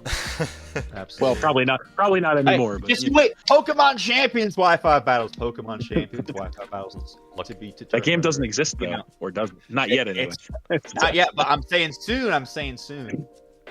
Coming soon. We're looking forward to it. I forget whose turn it is. I think it's yours. Me. Is it me? Yeah, I think so. Yeah, I think it's me. All right, got it. So, Pokemaster88 from the Discord server. Chris, also known as Pokemaster88 from the Discord server. So as you can see, he kicked his draft off with the Darkrai, powerhouse of a Pokemon, obviously. Very fast physical attack, or I should say special attacker. Great to build Swords around. Dance Darkrai's goated. There you go. Swords Dance Darkrai. You heard it here first. But yeah, so this is a pretty solid team. A couple of the pros I want to say. I feel like this is a pretty type balanced team all in all. I was looking it over with my prep doc, which actually I completely forgot that I was going to send you guys live a picture of my prep document. So I'm going to go ahead and do that right now in our commissioner's discussion so you guys can see my prep doc. Now, hold up. Let me see this. Live reaction. This is your very prep doc? professional. This is amazing. This is a work of... Hang on, let me show this on the recording. Hold up. Yeah, if you can see, we're looking at a flashcard with all the different types. Look at the professionalism that goes into this, folks. This is some high quality, high effort video preparing right there. Yes. B-Nard's prep doc live for all the world to see. There you go. The window into my team. Love it. There you go. Great job. Thank you. But I do think that Pokemaster is pretty type balanced. I'm a little bit torn about a couple of things. So I do like the speed tiers on this team. So Darkrai is really fast, obviously. Espeon is pretty fast. Keldeo is pretty fast as well. Although you may have noticed the commonality between those three Pokemon is they are all fast special attackers. And so he doesn't really have, I mean, he has the Salamence, which is base 100, but he doesn't really have like a super fast physical attacker, because I don't think base 100 in Gen 9 is like average, but just It's slightly not what it below used to average be. for a sweeper. It's not what it base 100 speed is not what it used. I remember back in Gen 4, man, in the Gen 4 days, 100 speed was like you were good, but no longer is the case. So a lot of fast special attackers on this team. So the hazard situation on this team is interesting. So he's got great hazard removal. So he's got multiple defoggers in the Decidueye and the Mandibuzz. Yeah, Mandibuzz, that's what it is. And also he's got a spinner with the Kamala, so that's good. However, he's got one Toxic Spike user, one Spike user, and one of two Stealth Rock users, and they are all the same Pokemon, and they are Clodsire. So he's got a similar issue to a couple of coaches. Yes, Sean. Yes, exactly. So best nickname for any Clodsire. Exactly. So he's got a similar issue to what I have, as far as like he's got most of his hazard setting ability on one Pokemon. Now he does have Tinkaton as a secondary rocker, but he's got, you know, the Clodsire is going to be the primary mode of hazard setting on this team, that's for sure. So you could view that as a good thing, you could view that as a bad thing, you could view that as a neutral thing, but either way, it is what it is. I personally think options are better, and you know, I do have this own criticism of my own team as well, which is a few more hazard setting options would be nice. Having said that, though, Clodsire, in my opinion, is definitely one of the better hazard setters in the game, so it's probably okay. He could probably get away with it. Couple of negatives that I have about this team. So I don't think there's much priority on this team. So I know Kamala gets like Sucker Punch, and I know that Keldeo is back. I think we got Keldeo gets back. Terra Keldeo with Vacuum, and we also got Sucker Punch Decidueye, which is a pretty good attack stat. I think we're Sucker Punch, Darkrai. Yeah. Decidueye as well. Yeah, he's got a lot of Sucker Punchers. I will tell you guys, Shadow Sneak Decidueye is there too. Oh yeah, true. I will tell you, I have a pretty low opinion of Sucker Punch, especially as someone who has run draft league teams where my like primary form of priority was Sucker Punch. I have a low opinion of Sucker Punch being like exactly. So I have a low opinion of Sucker Punch being like your primary mode of priority. But other than that, this is not a bad team. It's definitely not a bad team. I do like. I like like I said, the speed control and the speed tiers on this team. So again, it's like another, it's like a descending. You've got 100, then you drop down to 94, 86, 81, 80, 70, and so 60, so forth. So he's got a great speed tier on this team. I guess I know I alluded it to a little bit before, but the lack of fast physical firepower is a little bit of an issue for me as well. So there's that. He's got good pivoting on this team, I would say. Although if I would offer a criticism about that, it's that outside of Rotom, it seems like he's like his low budget Pokemon are really the primary users of that stuff. So like the Decidueye, the Kamala. So yeah, it's a good team, but it's definitely got some issues with it. The other thing I will say is, I know I said I do like Terra Keldeo. I think Terra Keldeo is an absolute monster. I'm kind of a split opinion on Terra Rotom Heat, to be honest with you guys, because I feel like Rotom Heat is one of those Pokemon where like it doesn't really need Terra to be good. So like a fire electric type kind of has the coverage that it needs, and with Levitate it doesn't have the ground weakness anyway. So I feel like types like that are not always the best choice for Terra Captains. Like Pokemon like Rotom Heat, I feel like there could be better Terra Captain options out there than that. And you kind of compound that with the fact that he already has a little bit of a lack of physical firepower on this team, but both of his Terra Captains are special firepower too. So I do think that is one of the most present issues with this team to me, is the physical firepower. But what do you think about it, Scorpion? Yeah, a lot of good points made. Agree with the majority of it. One thing I really like about this team, and I kind of noticed this myself when I had Darkrai in the speed draft, obviously only putted it for 3 weeks, but what I think is really cool about this team is that Darkrai and Keldeo, obviously, as you said, they're both special attackers, but that does mean that they can actually kind of overwhelm each other's checks quite effectively. And so I think Couple that with the fact that there is quite a lot of pivoting on this team. There's good hazards. In my opinion, I think the hazard setup is actually quite solid. This team supports Darkrai really well, and I know Chris is really sort of excited about using Darkrai. As someone who used it myself, I think this is another squad that supports it solidly. Another positive I have about this thing is it's very sort of fundamentally strong team in general. Again, I do actually think the priority in this team is possible enough. Terra Keldeo with Vacuum Wave I think is good enough. Shadow Sneak, again, the Decidueye has a good attack stat, and Shadow Sneak has that option too. I forgot it gets that obviously alongside Sucker Punch. So I think the priority is possible enough. And like it checks a lot of the other roles. Like again, the hazard game, reason why I think it's quite good is because Cloudsire, like you said, can pretty much always fit Stealth Rock into its moveset, and so can Tinkaton. So you honestly have like pretty much a guaranteed good rock setter every game. Obviously you got Cloudsire as your Toxic Spikes Absorber as well, which is great. Many different ways of hazard removal. So I actually think this is like a very close to S tier team personally. Now, you might have noticed I said very close to, because there's two flaws that I have about this team, two kind of big weak points. First of all, I know you kind of alluded to it earlier, B-Nard, about the Terra Rotom Heat. I'm gonna expand on that because I actually think Rotom Heat is a terrible Terra Captain. I think that thing terrible. No, genuinely, because like the Rotom forms, I agree with you. The Rotom forms are drafted for pivoting for their defensive utility most of the time. They're not very I mean, I guess they have Nasty Plot, but they don't really do offensive roles well.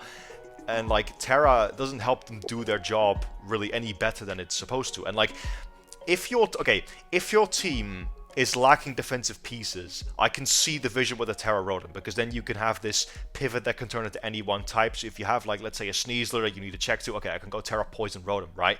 But we have Tinkaton, we have Milotic, we have Cloudsire, we have Mandus, we have amazing defensive pieces on this team. We don't need the Terra Rotom, especially because it's another special attacker. So I would have really liked to see, like, literally Decidueye, Espeon. Make that Decidueye or Espeon. Make that thing to Espeon with Terra, amazing. Low-key. Really like that. So I would have put that I on mean, it. I had it there. I think I literally had it there in the trailer for BHDL Season 7. Somebody used a Terra Espeon. Yeah. So I would say move that away from Espeon. Another tiny nitpick I have is, like, we've got Decidueye, which is a pretty decent defogger, and Komala, which is a decent spinner, right? So the hazard control is okay, other than the fact that this team is not too hazard weak anyway. We also have Magic Bounce Espeon, so that's nice. What is Mandibuzz doing on this team? It's a bit like because we have a Dark type already. Darkrai's bulk for an offensive Pokemon really isn't that bad. It can take Shadow Balls, and it's like you mainly draft Mandibuzz for this defensive pivot and defog capabilities, which it does phenomenally. Don't take me wrong, but we already have those roles failed. So he's doubling down. Exactly, we're doubling down a little bit now. Mandibuzz still has its place on this team. It does get toxic as well, which is really nice. You know, you can spread that. It's another knockoff user, which otherwise we don't have too many of, I feel. Stab knockoff especially is good, but I feel like because of the fact that Mandibuzz was Chris's last pick and he spent so many points on it, I feel like you could spend those points on something else, especially because this brings you to 10 Pokemon, I think, right? I'm not miscounting, or is this 11? No, it is 11 still. 11, I think. But no, you could still definitely use those points better, I think, to craft an even deeper roster, because like the rest of the roster, in my opinion, is beautiful. He's still got one extra point too, so he could opt for like a really strong, physically offensive 11-point, like I'm looking like Slitherwing, maybe something that doesn't. I mean, I would be tempted to. Yeah, I would be tempted to take like one of his special attackers and trade that and Mandibuzz for like one really solid like physical attacker. Yeah, that could be good. So yeah, I think. I don't know, it definitely is leaning, when I was looking at it myself initially, I was honestly leaning S. I think this is definitely one of Chris's better teams as well. Maybe it's got enough flaws to be A, but yeah, I think it's really solid, but definitely some nitpicks and not necessarily minor ones at that. But they're still nitpicks. Yeah, hey, listen. Emerald. I've got to commend my boy Pokemaster. You saved your team, buddy. You saved your team by dropping the Regirock for the goaded Milotic with the recover and the flip turn. If you didn't do that, you would have been in B tier for me, buddy. Yeah, I really like that was a great one. I was gonna say, I mean, I really like my bulky offensive team, so I'm not even too mad about the fact that he's got the Mandibuzz, but it's given him that weakness. Like, he's got such a great defensive backbone, probably one of the best that we've seen. He's got great recovery on a lot of these guys.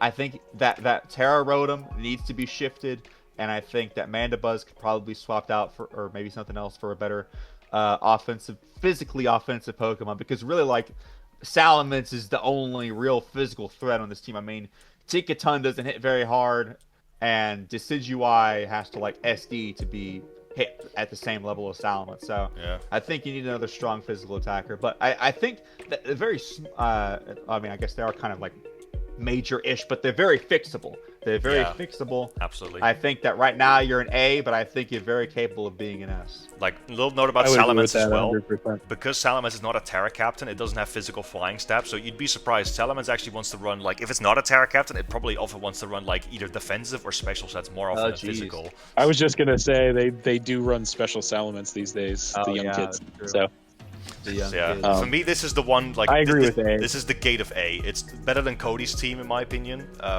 I agree. that's fair. Yeah. So, yeah, well, good job, Chris, but definitely, I think with a few transactions, you could be right up there with them. Alright, second newcomer time. We're nearing the end here, the last 5 teams, and that's going to be Twisted Games, coach of the Chicago Boltunds. Please remind me whose turn it is. Emerald or mine? It's me. I think it's you, yeah. Twisted game. Twisted It is tempo I am over here. winner. Right, people. Yes, indeed. We've got the Palafin. Hey, big Palafin, let's get it. People often look down upon this thing for years until Scorpion proved that it's possible to win with it.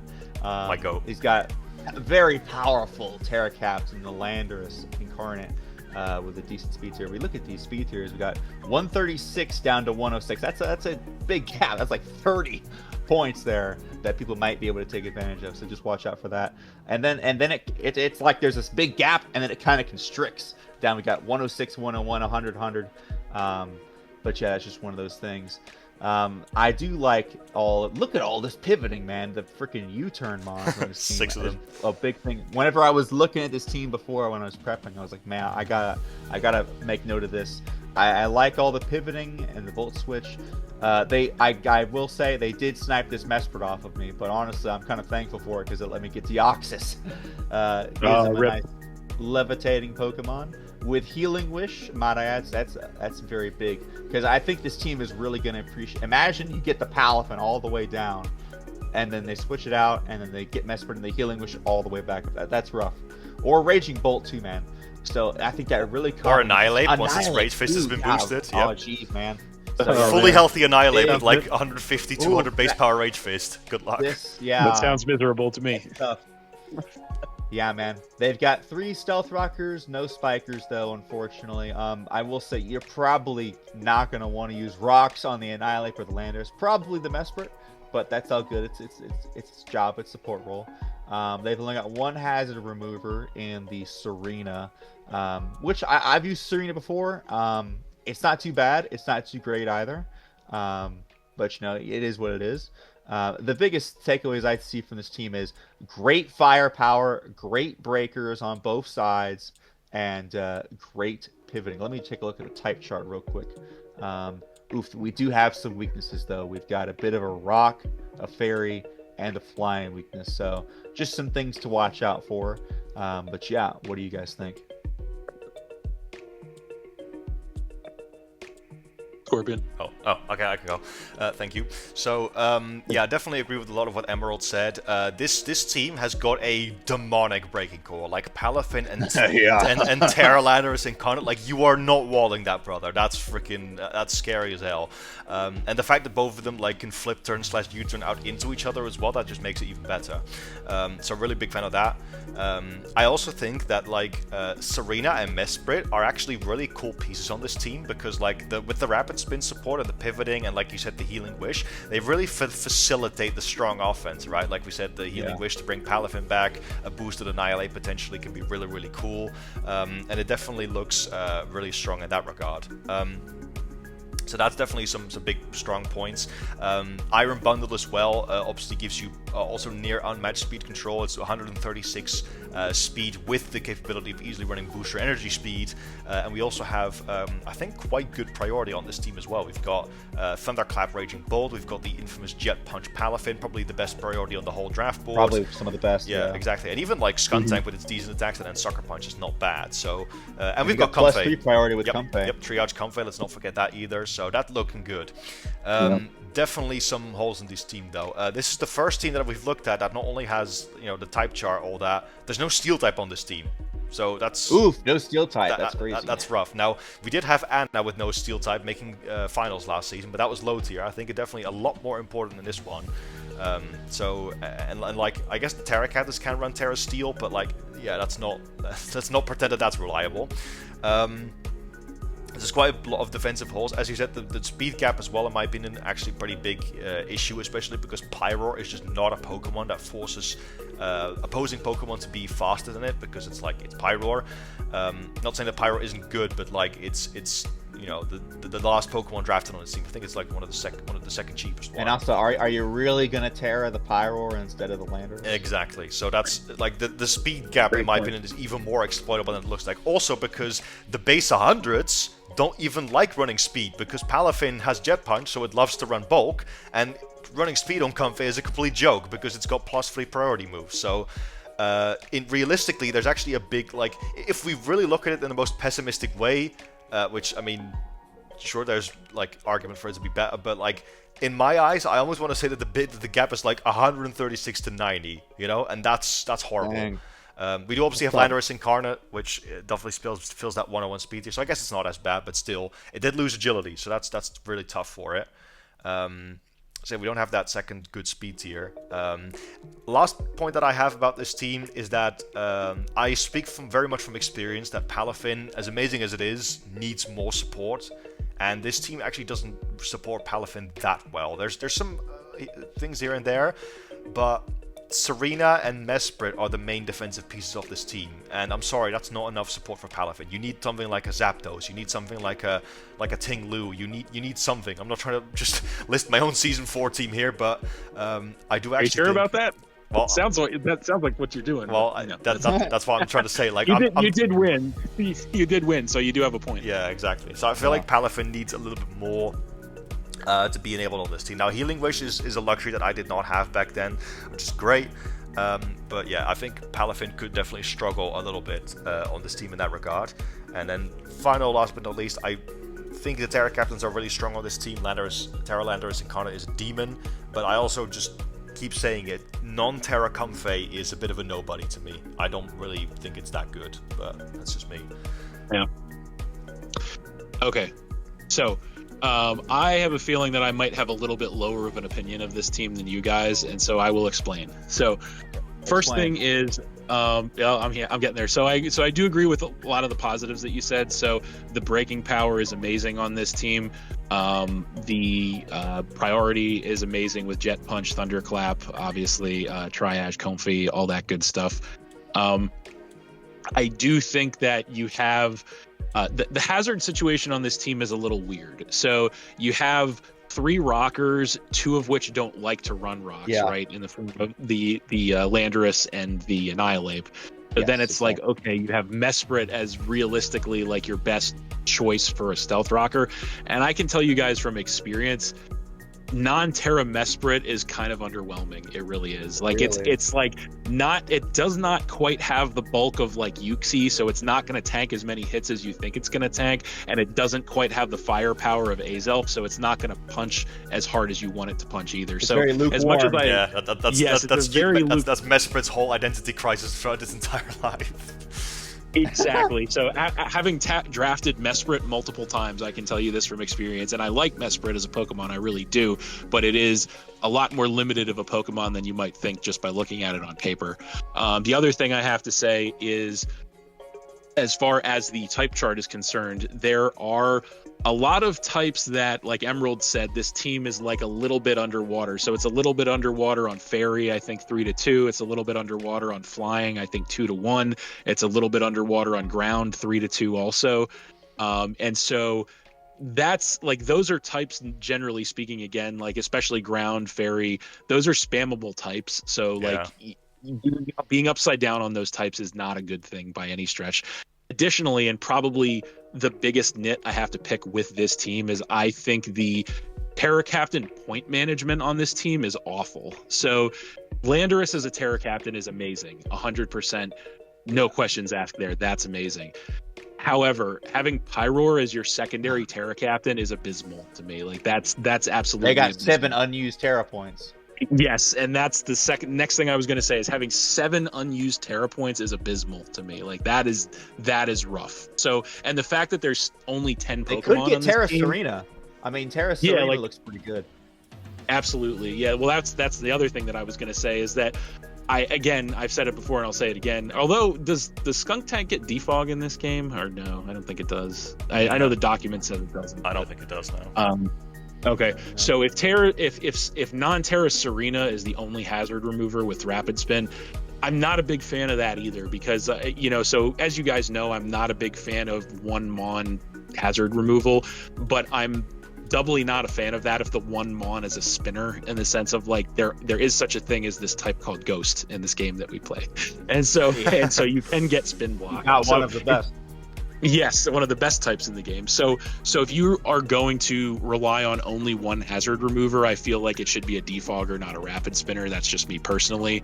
But anyway, but the biggest thing is, as I said, is the Terra point mismanagement on this team is like huge for me. Like I think when I look at this team, I think, okay, Palafin is an amazing Pokemon if you can set it up. I do agree with what you said, Scorpion, because with my own failure of drafting Palafin in the past and then you using it and making it work, I came to the realization that you really need to commit to supporting Palafin to get it to work as a Pokemon. Yep, and for sure. I think Raging Bolt is actually a pretty good partner for Palafin. I will say that they complement each other pretty well in my opinion. But outside of that, I guess Landorus can be a pretty good partner for Palafin too, but outside of that top 3, I don't really see any great support for Palafin, and I think that could definitely be a serious problem. So yeah, this is not a bad team at all. Like I said, it's definitely got a lot going for it, but there are some serious issues. I feel like the last the bottom row of the team that we're looking at, it's like Mesprit, underwhelming, non-Terra Comfy, underwhelming. Skunk Tank is okay for what it is, but again, Pyroar underwhelming. So I don't know. I feel like I hate to say it again, but I do feel like this roster is a little shallow in terms of that. There's the shallow. There it is again. There's the shallow roster. Oof. Yeah. Tiny little point as well. I'm not really like. It's a bit of a mixed bag for me in draft because it's like Skunk Tank's typing. Poison Dark fundamentally is amazing, but I hate my fairy not resisting fairy. Or sorry, my poison not resisting fairy. Sorry. Yeah, that's why I don't like drafting our Charlotte. I want my steel to resist fairy. Exactly. So I don't know. I do think this team has the speed thing too throws me because like you said, Scorpion, it's like functionally speaking, if you're gonna drop from Iron Bundle at 136 and you're gonna drop to like Landorus at 101, which is not optimal. So I don't know. I do like the break. This team has a lot of power on it, and it's got a lot of good priority on it. But there's a lot of flaws, man. I don't know. For sure. Yeah. I think Terra Serena is one way to start. It's literally like 1 point more, and then non-Terra Power is 1 point less, so it evens out. So works out. There you go. That's a good place to start. Let's get it ranked. What are you thinking? I'm thinking B, maybe lower end of B, maybe below DRV or something. Really, that low? I don't know. Maybe I'm underestimated a little bit. I don't know. I would. Go ahead. What do you think, B-Nard? I do think B. I was almost thinking C, to be honest with you, because some of these things are. Yeah, I agree with a lot of the weak points you said, but I don't think this is C personally. I might be being a little bit too. I think B is a better way to go because maybe I'm overemphasizing the negatives of this team too much because there is a lot of power. On the team. There's negatives, but I mean, just look at that top row, man. Yeah, it's a lot of power on that. So I'd be comfortable with a B rating for sure. There is a lot of power on this team, but I see so many like ways this team can be exploited just by looking at it on paper. So but there is a lot of firepower. We can't deny that. So sure. I think all that probably averages it out to a B. Now, where exactly in B, I'm not sure. Maybe somewhere below DRVR. Yeah, that's what I was thinking too. Let's put it right there. Sounds like a plan to me. All right, last 4. Let's go on. All right. Let's go on to the Italian Inkays, coached by King Barra. Whose turn is it again? Your turn. Mine? All right, great. No, I'm a big fan of King Barra myself, so let's get this one. Nice. First of all, why did Great Tusk get to 13th spot? Like, how did we let that happen? Because the mascots and the new stuff, and people were sick and tired of Great Tusk. They didn't want to use it. Yeah, that's very valid. But I think King Bara, the fact that he got Great Tusk at 13th, I think was crazy. But yeah, let's get into the team. So first of all, it's kind of funny, right? Because he wasn't. He was initially getting like a lot of Gen 9 OU allegations with the Great Tusk and the Goldengo and the Clefable, right? And he's got the Latios as well, big former OU member as well. He's just building Gen 9 OU. That's all he's doing. Yeah, literally. Those points dropped off. Yeah, absolutely. But yeah, I think this is actually a really, really strong team. Fundamentally excellent. I love the offensive defensive cores on this team. Obviously, we have two very solid rock setters. Great Tusk, definitely not a bad rocker. He can definitely fit the move off, and Clefable as well. Stellar at doing so. And then we have Goldengo, which is the best, mon to keep hazards up, which is also great. And then we can even have rocks and Terra, Hisui, and Arcanine if we want. I don't think we're going to do that very often, but hey, the option's there. We also have good priority on this team as well. We have extreme speed on Terra Arcanine, which is amazing. And then we also have Technician Ambipom, which for a budget priority one is actually really good, is really strong. And then we got like a quick attack on Leafeon and a Sucker Punch on Zoroark, which is not bad. So we've got sufficient, right? We've got sufficient thing there. Really, really like the Terracats on this team. We've got beautiful synergy between Hisui and Arcanine and Kilowattrel. One is decently fast and physical and hits ridiculously hard. The other one is amazing speed control.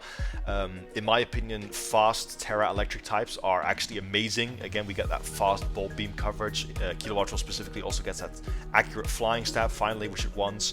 And yeah, those two together, in my opinion, beautiful, beautiful duo. We've got a great defensive core as well. We've got Clefable, which is really tough to break. We've got the Toxapex. Dude, screw those two together, literally. I know King Bara kind of noticed that he was drafting a team which I especially hate, because Clefable and Toxapex from my Gen 7 OU days were not mons that I have fond memories of, put it that way. Oh, yeah. But then Goldengo, also solid defensive piece. Great Tusk, can play offensive and defensive roles. Very solid team, honestly. I really like it. Couple of minor downsides of this team. I do actually think this team is very, very excellent. Overall, think very highly of it.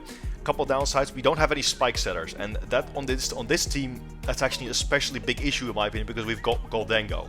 Which mon do we want to spike stack more with than Goldengo? Yeah, we want more hazards. I wish I could have that Goldengo. Exactly. So a good spike setter would have gone a very long way on this team, in my opinion. Even though we have two really good rockers as well. So yeah, get some spikes on there. And then last but not least, it's a little bit like, this is definitely less bad because this mon is very, very cheap to begin with. It's not like a Venusaur. What the frick does Leafeon do in this team? Please explain, like, other than the... I don't know what this Leafeon is doing here, bro. That's what I was gonna say. Like other than the fact that, I need... Explain yourself. Like, literally, we have a grass type for the sake of having a grass type. That's what Leafeon feels like on this team. Now... We don't want to get spored. Yeah. Now, Leafeon is my... Goldengo on spores anyway. Literally. Like, Leafeon is my favorite evolution. I love it very dearly, but, like, I think we need Sun to have a... There's so many budget other grass types as well. Like, freaking get Meganium for all I care, but what does Leafeon do on this team? You know? So, like... Oh, God. Well, I don't know if I go that far, but... No, but I don't know if I go as far as to say Meganium would be better, but I hear what you're saying. Low-key, I think Meganium is actually better, like, than Leafeon on this team. But more defensive. Exactly. So... May as well lean into the bulk. Exactly. So I think this is actually a really cool team. There's a lot of synergy with Zoroark as well. I think we've kind of seen that in last season too. B-Nard was on the receiving end of that, unfortunately for him. But like, we can disguise it as Clefable. We can disguise it as Toxapex, right? To pull some pretty nasty mind games. Like, we can lure in a Psychic type with Zoroark and then Dark Pulse it into Oblivion. So now your Toxapex is unbreakable. So do love that. Very excellent team. Yeah, very excited to hear what you guys have to say about it. All right. So I do think very highly of this team as well. I will agree with you. First thing that stood out to me about this team is the Terra Captain placement. So I think this is definitely one of the best Terra Captain setups in this league this season. I think Terra Hisuian Arcanine is an absolute monster. It's an amazing Pokemon to be a Terra Captain. And Kilowattrel, similarly speaking, not the most amazing Pokemon on its own in the world, but as a Terra Captain, absolutely amazing Pokemon. So I agree with you. I like those. I'm a big fan of the fast, special attacking electric type Pokemon with limited move pools, like Kilowattrel that get to be a Terra Captain. I'm a big fan of that. So that is pretty amazing. I like the type balance on this team. I don't see too many, if any, weaknesses, overlooked weaknesses on this team. Yeah. So, but that's not too bad. Another thing I like about this team, I know you mentioned it, but like the bulk of this team is pretty wild to me. So you've got the Great Tusk, you've got Goldengo, which is pretty good defensively. You've got the Clefable, you've got the Latios, which is the less defensive of the two, but it's still, got good defenses. You've got the Toxapex. So it is very, very strong defensively. While at the same time, it does have some pretty reasonable speed to it. So Kilowattrel is very fast, Ambipom is really fast. Those are big pluses. I do think, as far as the negatives are concerned, one of the negatives to me is one thing synergistically with this team, and you kind of touched on it. But I'm looking at this team, and I see a Chlorophyll Mon, and I see a Photosynthesis Mon, and I don't see a Sunsetter. And I'm just like, how much better would this team be if there was like a Sunsetter on it to abuse that? Like you could have a Sunsetter on this team. I guess you could even go Terra Leafeon at that point if you wanted to. Use it too. Yeah, and so, or if you don't want to do that, then I agree with you guys. Like, why is Leafeon on this team if you don't want to do that? Because I see like a huge opportunity for there to be Sun on this team. I mean, Hisuian Arcanine in the Sun, come on, like that would be insane. Yep. Oh God, Terra Canine in the Sun, no less. So that would be amazing. So I kind of feel like there's a huge missed opportunity on this team to have a Sunsetter. So other than that, I think the hazards are good as far as so Clefable is a great rocker, and I think that Tusk is obviously a great rocker, great utility mon. Toxapex is a toxic spike user. That's all well and good. Again, like you said, no spikes, but I do agree with you in the sense that normally I wouldn't make as big of a deal about no spikes, but the fact that Goldengo is there, which means your hazards are there forever. There should be a spikes user on this team. There really should be. Also, the whole one, going back to the whole one spinner thing, Great Tusk, I'd say if there's one Pokemon that exists in the world of Pokemon, in Generation 9, that would make me break my rule and say having one spinner is okay, I would say it would be Great Tusk. Yeah. Because realistically, when are you ever not going to run Rapid Spin on Great Tusk? So and realistically, when are you ever not going to exactly? And realistically, when are you ever not going to bring Great Tusk to the game? Right. So I feel like Great Tusk is one of those few Pokemon that would make me break my rule and say I think it's okay that I'd still be more comfortable if I saw another hazard remover, but I do think that he's okay with just having Great Tusk as the hazard remover. But other than that, I don't really have anything else negative to say about the team. I do think this is a really solid team. There are, again, some nits to pick as always, but this is a really solid team, top to bottom. For sure. You guys have pretty much hit all the major points already. I really like that they went with that. I think they had Terra Kilowattrel at first, but thankfully they decided to put it on there. They've got a lot of special attackers at the top. Ambipom is there, but I don't consider it to hit as quite as hard as a Great Tusk, obviously. And Great Tusk and Arcanine are all the way down in the 90s and 80s. So just a weird power discrepancy there, but they do have a decent amount of pivoting. They got some U-turners and baton passers that can switch in and out. I really like the Clefable and Toxapex core. Unaware and Regenerator are two goated abilities for defensive cores, and they got both of them, so kudos to them. They do have great breakers in the Latios and the Great Tusk and the Arcanine, so props to them. I mean, like you guys have already said, very solid team, only just little minor stuff that might hold it back from quite reaching S, but I think it's pretty close. Yeah. Let's get into ranking this one. I think this honestly could be the next gatekeeper for A. I think it's maybe even better. Yeah, than I agree. So top of A. Yeah. Top of A. Yeah, I'm okay with that for sure. All right, we're gonna put that there, and Alright, so a little cut here, but we're back, and now next up we're going to look at the last 3 teams, which is going to be my team, Coach of the L.E.A.F Agents. My name is Scorpion, of course, and I'm very excited to see how my team does here. I do like my team quite a lot, like aesthetically, but of course we're here to rank it objectively, so yeah, let's hear it, let's get it. Alright, I'll lead off here so that B-Nard can lead off on my team. So, right off the bat, you drafted the Urshifu Single Strike finally. Not very often picked, or if it is picked up, it's very late, but you got it round 1, solid breaker right there. And you got the Landorus for the Intimidate, Terra Iron Crown, very, Iron Crown normal, don't think very highly of it, but Terra Iron Crown, that's where we put in the work. You get all that coverage, 100% accurate fighting type moves, so you're not even relying on Focus Blast. That's really good. One of the better spinners in Cyclizar has the regen. Super duper, probably, is it the fastest spinner in the game? No, Regieleki. But it's the fastest goods compared to Regieleki. Actually has good fastest coverage. Good spinner in the game. I like that. Definitely, yeah. And has knockoff. It's just all around, like, this is like the textbook definition of utility in my mind. Fast utility. Terra Diancie as well. Again, a Pokemon I don't think very highly of outside of Terra, but with Terra, very good. So great Terra Captain placements. You've got the Gengar as a fast special breaker as well. You've got the Vaporeon, which can Wish and Baton Pass, or even Flip Turn if it wants to, really. Entei is great for priority. You got the E-Speed on there. It has Inner Focus, so it can't be intimidated, and it can't be burned, so dealing with this thing's physical attacks is going to be tough. Rotom Heat is a cool levitator, although it's kind of weird because it's like I'll get into your type chart. Your only weakness is ground. I was gonna say Rotom Heat. What type? Oh, did I say Rotom Heat? I meant Rotom Mo. Rotom Mo, yeah. I was still thinking about Pokemasters Rotom Mo or Rotom Heat Terra. Rotom Mo, but I was gonna say it's both a grass and an electric type.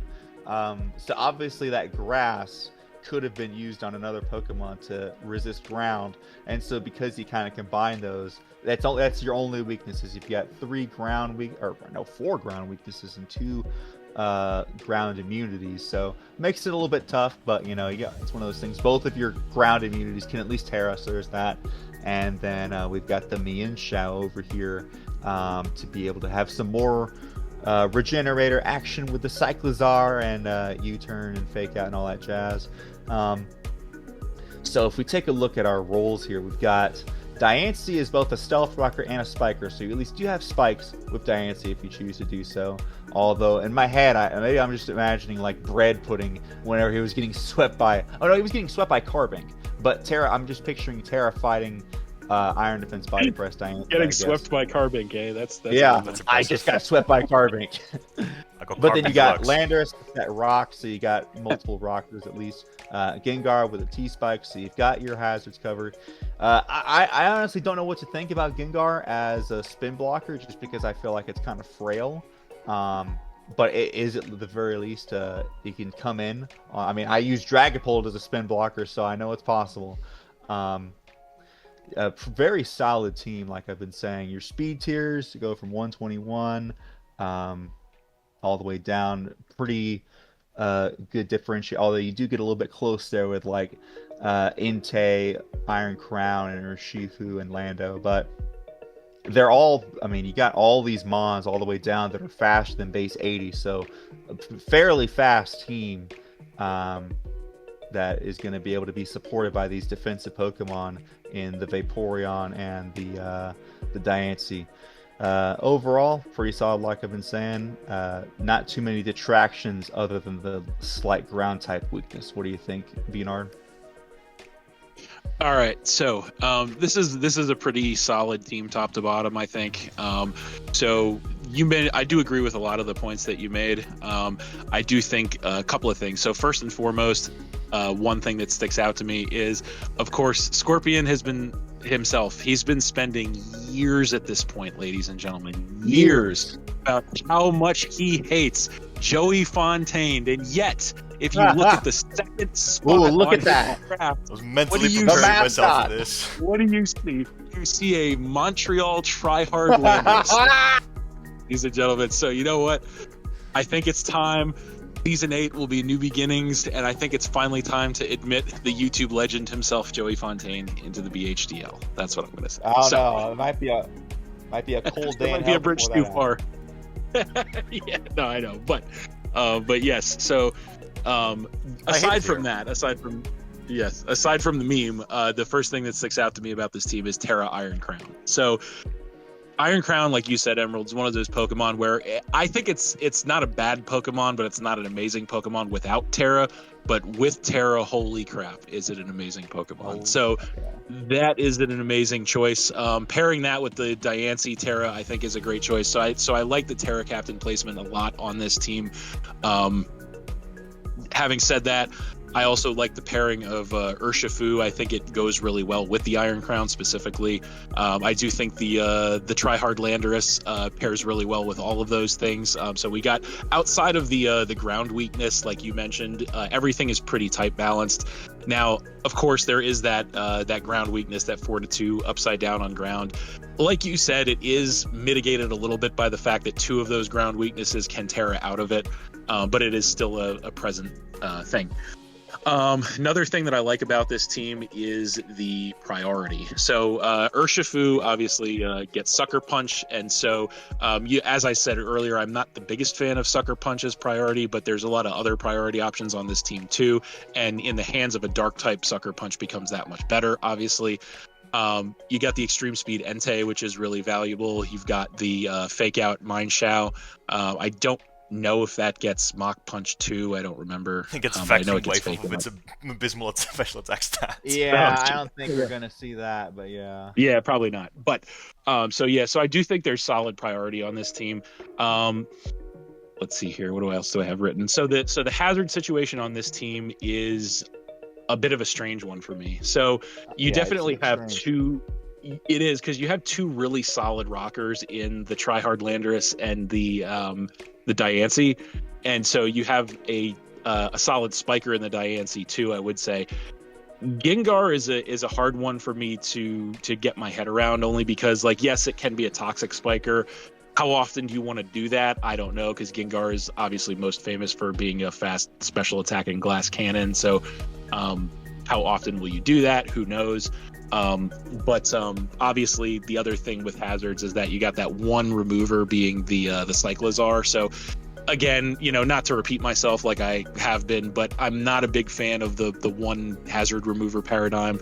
Now, I will say Cyclizar is a premium hazard remover, and you've had this exact scenario before play out, so you could probably get away with it. Yeah, like 3 times. Like Cyclizar is a staple Leaf agent at this point. Exactly. So you could probably get away with it, but I would, in my mind, I would like to see like at least one more form of hazard removal, but it is what it is.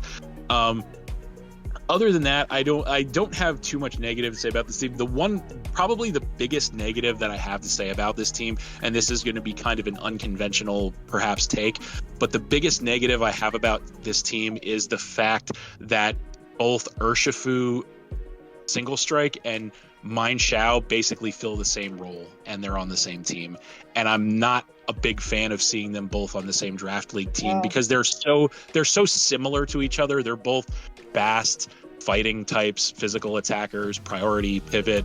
They are not the same Pokemon, obviously, but they are so similar to each other that I don't really see the need of having both of them on the same team. So I picture Urshifu more as like a breaker that's going to sit there and click Choice Band Wicked Blows, while Mienshao is like the Choice Scarf Pivot that's going to U-turn out with Regen and Fake Out and stuff like that. I get what you're saying. They're both fast fighting types. I think they are a little bit different, but they are similar.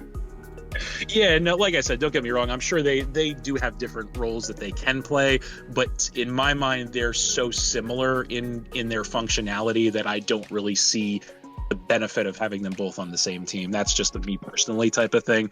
But yeah, that's perhaps an out of the box criticism, but that's the one thing that I think. Nah, I don't know. Yeah, you're right. You could do different things with them. Obviously, you could run Bandit, Urshifu, Scarf, Mineshaw, whatever. But at the end of the day, they are both similar Pokemon in my mind. So I don't know that it's the best allocation of resources to have them That's both on fair. the same team. But other than that, this is, like you said, it's a solid team top to bottom. There are nits to pick with it, as there is with any team, but I do think that this is a solid team top to bottom. All right, great to hear it. There is actually a very, very good reason, at least in my eyes, why I picked up Mienshao. I'm not going to go into detail here. If you want to see that, go watch my draft analysis. But there it is. I definitely have my vision for Mienshao, and I think there's definitely a greater purpose on this team that you guys are not quite maybe seeing right now. But that's perfectly we're not okay. seeing the vision. Yeah, but that's okay because we don't see that for a lot of the other teams, so we're not going to go into the detail right now. What are we I thinking? can't wait to see it in action against that Iron Crown week 1. Wait, what? Well, they're going to be working together. Yeah, I was going to say they're working together. Hello? Indeed. All right. Oh, you Yeah, mean? I Oh, meant- you I mean meant Zama's Zam Zenta Crown. I meant Crown. Zam Crown. Oh, Zama's that was I thought you said Iron Crown. He did say Iron Crown, but I know what he meant now. Okay. I said Iron Crown, but I meant Zamazenta Crown, so that's a botch. Yeah. on Gotcha. Yeah. I was looking at Zach Mander week 1, and I was like, oh. Yeah, exactly. There was that. But anyway, as far as ranking goes, I'm torn between A and S for this team. Yeah. I don't know. What do you think, Emerald? Because I see the positives. I could just hear the comment section. I can hear the Discord. Oh, you guys are so freaking biased. Of course, you guys put yourself first.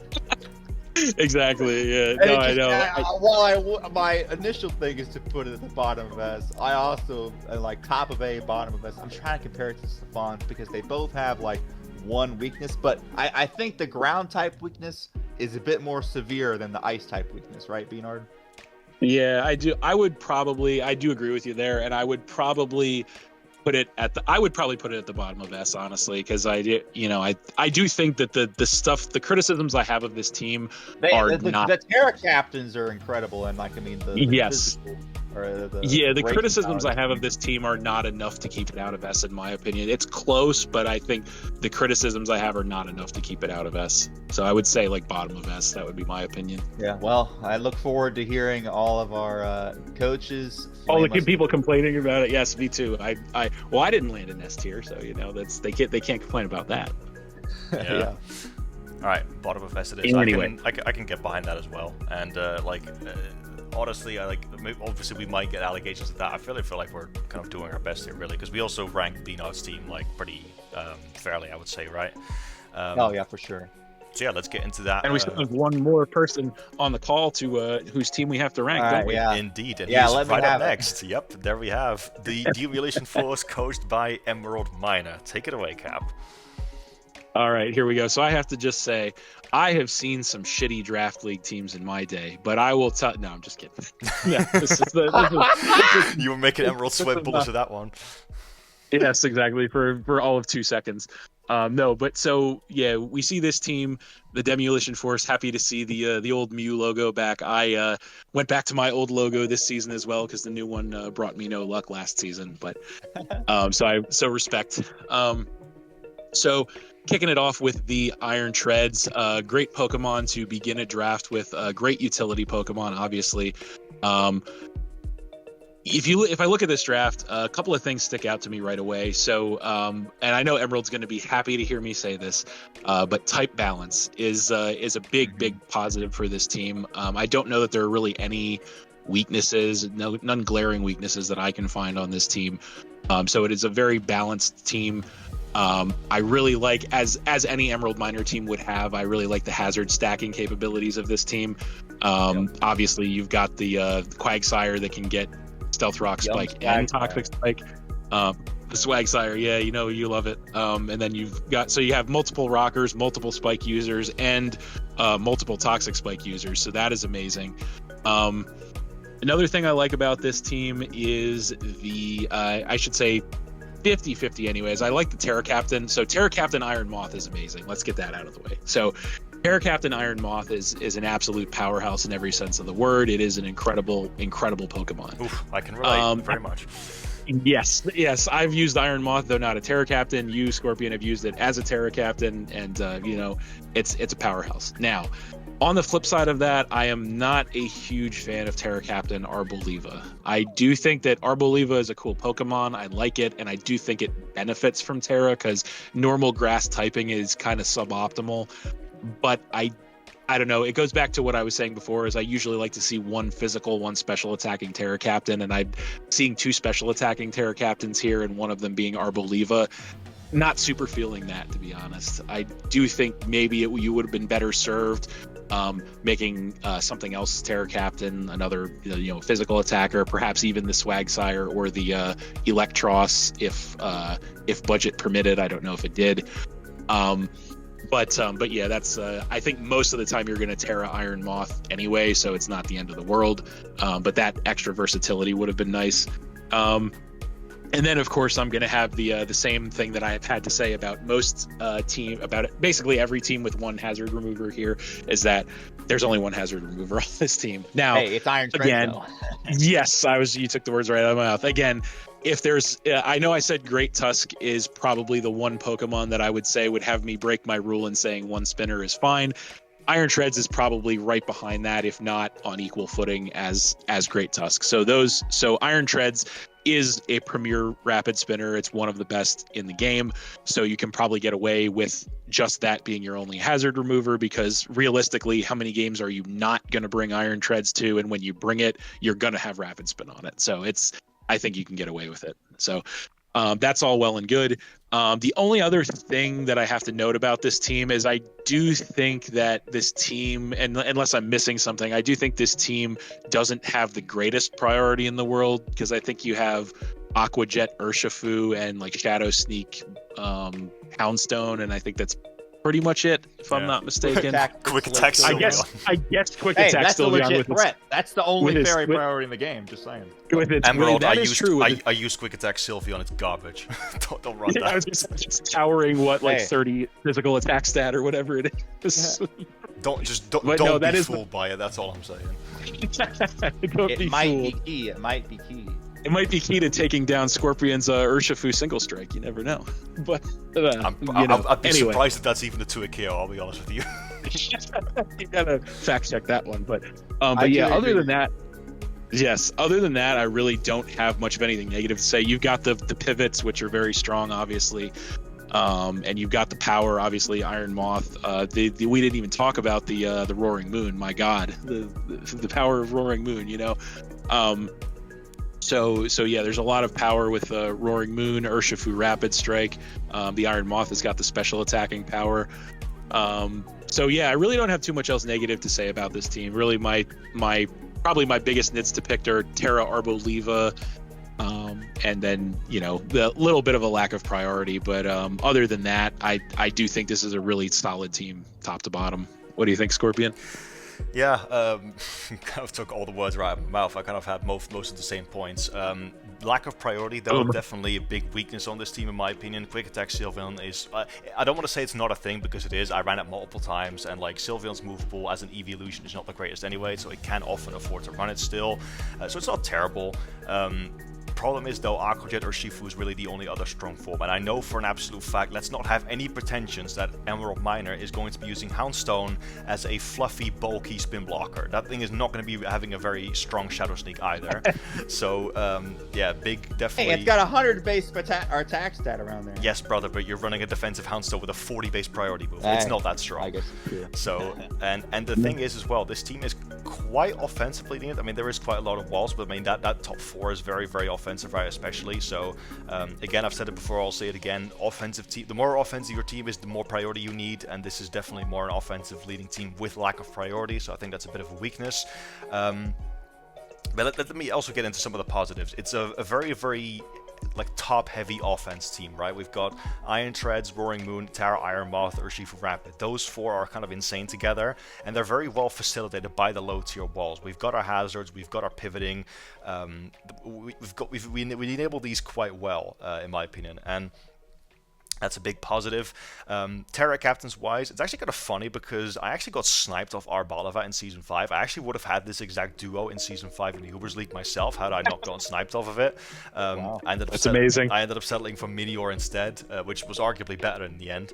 But I actually do think, and I'm sure Emeraldminer can agree as a fellow PokeMMD watcher, Terra Arboliva can actually be really, really solid and hard to break. So I actually think quite highly of the Terra Captains on this team, my own bias aside. There is one but one glaring problem on this team, in my opinion, and that's with the speed tier gap.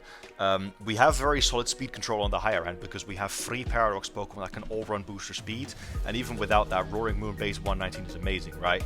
But then, after base 97 on Urshifu, we have a base 90 on Deoxys Defense, which is a Pokemon that does not like running defensive investment. Pokemon are running speed. Yeah, and after that we got base 68 Houndstone. So this team, even though there's a lot of low tier walls, is going to be very, very vulnerable to like wall breakers that surpass that speed tier. So now I will say, I don't think this is quite as glaring of an issue maybe in practice, because obviously you're going to be bringing that top 4 practically every game. So at the end of the day, there's only going to be realistically like 2 Mons that really suffer from those Mons being able to break through them, with their speed tiers and whatnot.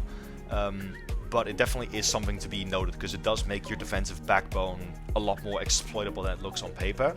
And then secondly, I do really like the vision behind, top-heavy offense and low-tier walls to facilitate them. And for the most part, it does a good job at that. Really like Sylveon. I really like Deoxys Defense as well. Not a Pokemon I ever considered myself, but only because I already had Iron Crown. My slight issue, though, is the fact that Arboliva as a Terra Captain, and then also Houndstone and Quagsire, they cannot pivot. So I really feel like these 3 are going to be, like, even as a Terra Captain, I feel like Arboliva and then Houndstone and Quagsire as well, they might be quite momentum sinks on this team. And with these paradoxes, like, these paradox Pokemon are like momentum machines, right? So they want to keep that up. And I fear a little bit like you're going to go into this Houndstone and it's pretty much a sitting duck. And you're going to like allow someone else to set up on you and then like, oh, GG, that's game. So that could be tough. So definitely got a few problems with the team myself. But the vision is there. I do see it. I really think it's solid. Definitely would, I think, be a team that I'd be very comfortable piloting myself as well as an offense enjoyer. So yeah, I think it's really solid. Agree with, again, pretty much all the other points Cap pointed out as well. Yeah, not quite, if I want to jump the gun a little bit and head to ranking, it's definitely not quite S tier for me, but definitely high A. So let's get to that. I would agree with you there. I do think that it's probably going to be an A for sure in my book too. There are a couple of things holding it back from S in my opinion. Yeah, you got any thoughts you want to share yourself, Yeah. Emerald? No, I pretty much agree with all those points. Yeah, I wasn't able to get as much priority as I wanted. Wasn't able to get as much pivoting as I wanted, but I got Pokemon I really wanted to use. And yeah, Cap, just you wait. This Terra Arboliva is going to surprise you. Yeah. Well, it's not going to surprise me in a game against me. That's all I care about. So if I'm watching it, because you're not scheduled to play. Yeah, exactly. So if I'm watching a video and you catch somebody else with their pants down, that's fine by me. Mm-hmm. Yeah, that's what I mean. Yep, you'll watch the video. I'm just saying, Emerald, I really do hope we get to face in playoffs and we get to have that Urshifu versus Urshifu thumbnail. That needs to happen. That would be fire. Yep. For sure. All right. As far as ranking this, for me personally, I'd say this is between King Bara and Chris. It's definitely high A. I think King Bara's team just has like a little bit less pronounced flaws to me. As like I would agree with that. That's fine. So let's go with that. Put it right there, and then we have that team ranked, and then we have one final team in this long little session here, which is going to be Abomination, classic BHDL goes to this point, coach of the Athabasca Miltanks. So Emerald, start us off for this one. Or should I do so? All right. So, yeah, I think it's your turn. All right. Because I think me and Cap skipped. Yeah. That's fair. All right, let's do that then. Okay, so Abomination. First of all, fat.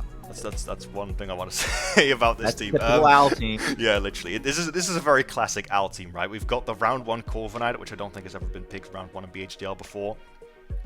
And then we also have other bulky behemoths like the Slowking, the Ursaluna, which is very bulky, Florges, Overquill as well, very good defensive staple. The Eviolite Porygon too, love that. And then even Misdreavus can be a little Eviolite warrior. So lots of defensive, capabilities on this team. It's not going to be easy to break through this and to facilitate your offense against Pokemon like Corviknight and Slowking. We're not only very good at pivoting, but also have great longevity. That brings me into the first big positive I have about this team. Corviknight, Slowking, Kyurem. My God, that's like the And then, you know what, pair Ursaluna with that as well, because Ursaluna also really appreciates being brought in like that. This team has the least defensive counterplay, in the whole league, right? Like, you do not wall this team. Kyurem, especially when supported properly by Chilly Reception, which Al made sure to get. Same as Chilly Reception with Baxcalibur, right? Kyurem is like borderline unwallable, especially in draft where it can tailor its moveset, can choose to be either Dragon Dance physical or Spec special or even Scarf, right? And then you combine that with that special threat with Guts Ursaluna, like you're just not gonna have defensive counterplay against the team. Like, good freaking luck. So I really like how those top 4 are not only like really solid Pokemon individually, but there's also a very, very clear vision with it, right? We also have, once again, this is one of the few teams in the league that has those free Terra Captains, and by all accounts, I think Jolteon especially, Vatican, Infernape, and Porygon too, they all benefit from Terra quite well, and that makes the Terra Captains very tough to kind of consistently prep for, right? Because it's like, you've got a Bolt Beam Jolteon, which we've talked about plenty of times before, fast Terra Electric type is really good, but then we've also got Infernape, which can sometimes struggle a little bit with power, because obviously it likes attacking from both sides of the spectrum. Well, not anymore. Now we can go Terra Fire Flare Blitz. It allows us to go like Terra Fighting Focus Blast if we're feeling brave. But like that hits so hard as well. So that's really good. And let's not forget that Terra Bug U-turn that's so devastating. It was a joke. Sure but thing. Anyway, go on. Yeah. I mean, if you face an opposing Slowking or some kind, then I guess. But yeah, and then there's the... Take care of that Cacturn in one shot. Literally. Oh, yeah. It's not like it's weak to both of our stabs, don't worry. Exactly. But yeah, we've got the... and then we have amazing, great defensive synergy on this team as well, where we've got... obviously the Overquill as well to absorb Toxic Spikes, which I think this team would otherwise really struggle with, but we've got that on deck as well. We've got the Wish Pass with Florges, so this team has amazing longevity. Again, classic Al team. So honestly, the synergy between this team is actually pretty good, and I do think Al has a pretty good vision for this team. However, sadly on the flip side, there is also quite a bit wrong with this team. I'm sorry, Al, but first of all, here we go. Our only rocker is Infernape. Not only that's bad, but it gets worse because that's rough, buddy. Infernape is already a Pokemon that's the absolute definition of 4 move slot syndrome. You also made it a Terra Captain. The original Greninja. Yeah. You also made Infernape a Terra Captain, which means it opens up options like Terra Blast. That spreads its move pool even thinner. And now you're also forcing that to be a Rock Setter? Bro, this Infernape needs 8 move slots. Like actually. So I think this team effectively has no rocker, and I think that's a huge issue. As we said, we have always said like rocks are the most important hazard in the game by far, and the fact that this team with these breaking behemoths like Kyurem, Jolteon, Infernape itself, Ursaluna, all of these Pokemon really kind of want and need their checks to be chipped down by hazards. Now, luckily, we do have Overquill, which is an amazing spiker. I actually really like Overquill as a Pokemon. Consider drafting it many times myself. It's a fairy. It's obviously a dark type, a poison type that doesn't resist fairy, but we do have fairy resistances on this team. I think somewhat decently. Actually, not even that great, but we'll get to that. I'll save the type chart stuff for Cap. But additionally, we also have a complete lack of win cons on this team, in my opinion. Like, Dragon Dance Kyurem is pretty much the only thing that can realistically clean up games for us on this squad. And I think Kyurem, the way this team is built, benefits much more from being specs. Like, if we're bringing Chilly Reception Slowking, we want to be spamming specs Blizzard. We don't want to run Dragon Dance as often. So I really feel like this team is going to really struggle to win games outside of just stalling the opponent out. It's a shame I have to say it, but like, it really feels like that. Toxic Overquill, all that. That's going to be tough. So I would have definitely liked to see like another good like Dragon Dancer or like Quiver Dancer or whatever win con you can think of on this team. Last but not least, priority. And I said before, Infernape's going to need 8 move slots. Mate, at this point, might as well make it 10, because Mach Punch / Vacuum Wave Infernape is your only priority on this whole team. Kyurem does not get Ice Shard, which is a shame. And we have Prankster Whimsicott, but that's only status boost priority, no offensive stuff. So, this team, in my opinion, is the definition of actually looks great on paper, but is a lot more flawed in practice. There's a lot of like fundamental issues with it to make the synergy work.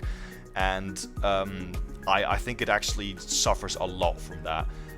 Final point here, Defog Corviknight is also our only form of hazard removal. Now, it does love to run Defog, which is great, and this team specifically probably prefers Defog over Rapid Spin because we don't have very many hazards to begin with. But I do think Corviknight is like, you know, it's still slow at the end of the day, and like, I feel like Taunt is a pretty common way to shut Defog down, and if there's one Pokemon that hates being taunted, it's Corviknight as well. So yeah, I actually don't think too highly of this team, and I'm sorry to say that to Al, because I think he's a great coach, obviously, but yeah, not a huge fan of this team. But what say you guys? Emerald. Let me take a look at these type chart. The type chart is actually pretty good. We don't have any glaring weaknesses. We're neutral on our ground and our fairy, so you know that's pretty decent. I forgot that was quite not like a lot of ones weak to fairy either, because I only noticed one resistance, but if one weakness is all we have, then that's fine. Yeah. So we're good on that front. You already pretty much made a lot of the big points. Not having a good rocker is kind of detrimental because obviously, I mean, he fights Raymond in week 3. I don't think Raymond's going to be really sweating any bullets about putting heavy boots on Moltres versus his team. Of course, now that I say that, he might just go ahead and put rocks on, but then that putting rocks on your Infernape is just like, it really limits it. Like you said, it just doesn't have enough moves for other stuff.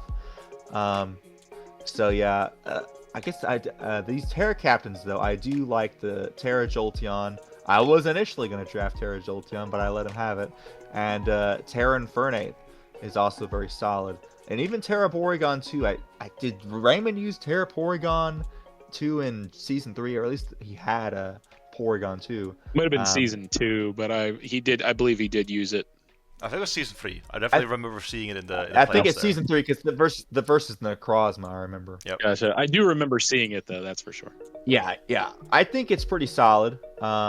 I do think that the strongest parts of this team are definitely, like you said, the defensive backbone, the core, the Slowking, the Florages, and these big breakers and the Kyurem and the Ursaluna. Their speed tiers with the Whimsicott, Jolteon, Infernape, Kyurem. I mean, it's all pretty solid. I think, like you said, it's just these little things that start to add up over time that kind of hold it back a bit. What do you think, Cap? So I think I do agree with some of the stuff, but I might have I think I might have a little bit higher of an opinion of this team than perhaps you guys do. So I do agree with some of the positives that you made. So I do think this team has one of the best Terra Captain setups in the league this season, and I don't take that lightly. So Infernape and Jolteon, even by themselves as Terra Captains, would be amazing, but then you add the Porygon 2, that is pretty phenomenal. So I like that synergy there a lot. I like the Slowking and the Kyurem synergy as well, the chilling reception into the ice type. Not the Kyurem. Kyurem, yeah, Kyurem, whatever you want to call it. I don't know. Try saying it correct once, please. Kyurem. How do you pronounce it? Kyurem. Yes. Key-rim. So it's like the key of your car on the rim on the wheel. I see what you're saying. Okay, oh my god. Okay. Gotcha. All right. We all have something we can't pronounce. That's okay. I love it. Well, at least you're not the type of person to pronounce Suicune's name as Suicune. I've heard that before. Really? I've never heard that. Yeah. Small note. I heard back in the day there was this guy called the Killer Nacho, and he pronounced Typhlosion as Typhlosuine. What the hell? Oh, jeez. I don't understand why, but he did. I'll never forget it. Anyway, so, but yeah, so I do like that synergy there. This team is definitely pretty bulky. So you've got the Corviknight, the Slowking, Ursaluna is pretty bulky, Florges, obviously, Porygon 2, Overquill, which, by the way, I do have to point out, does get Aqua Jet. So all the priority in the world is not quite on Infernape, so I'll give him a little more credit than that. That's true. Still non-stab. So it's move, a little more non-stab with 40 base power, but it's not the end of the world. But it's not the greatest thing in the world. But it is another option. So he's got there. Yes, he's got good pivoting on his team. I guess he's got Quick Attack Jolteon too, if we want to get really technical. But you know, that's even worse than Quick Attack Sylveon, so we don't have to talk about that. Give Jolteon Galvanize. Yeah, there you go. New hidden ability. Or Mega Jolteon can have Galvanize. It's its ability. There you go. But yeah, so I do think this team has a lot going for it that way. I can very easily see Al going Trick Room in this team because he's got so many slower Pokemon. So I could see that as an option. I do. So let me refer to my handy dandy paper here. So type balance we already talked about, but I want to repeat that because I do like his type balance on this team. I think it's really solid. He also does have how do I put this? So I like the fact that he has Whimsicott with Prankster, because I feel like that could be very valuable with this team.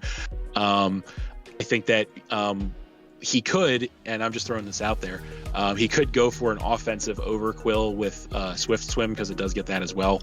I would say definitely don't sleep on Overquill is the bigger point that I'm trying to make here, because Overquill is certainly an underestimated Pokemon in my opinion, but it's a good one.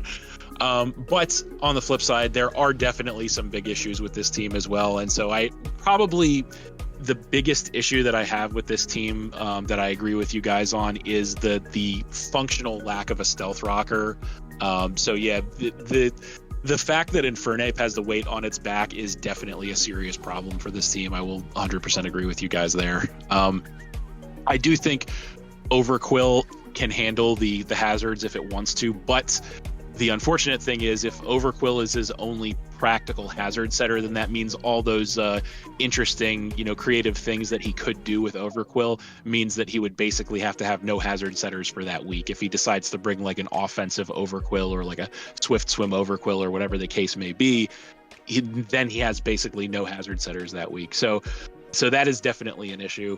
And then last thing I would say is outside of Infernape, he kind of lacks like fast physical firepower. So Infernape is pretty decently fast at 108 and it's decently strong at 104, but it's not I guess with Terra it does help that out a little bit, but I don't know, outside of that there's no what would be the physical equivalent of Chi-Yu, whatever that is. There's no that on this team.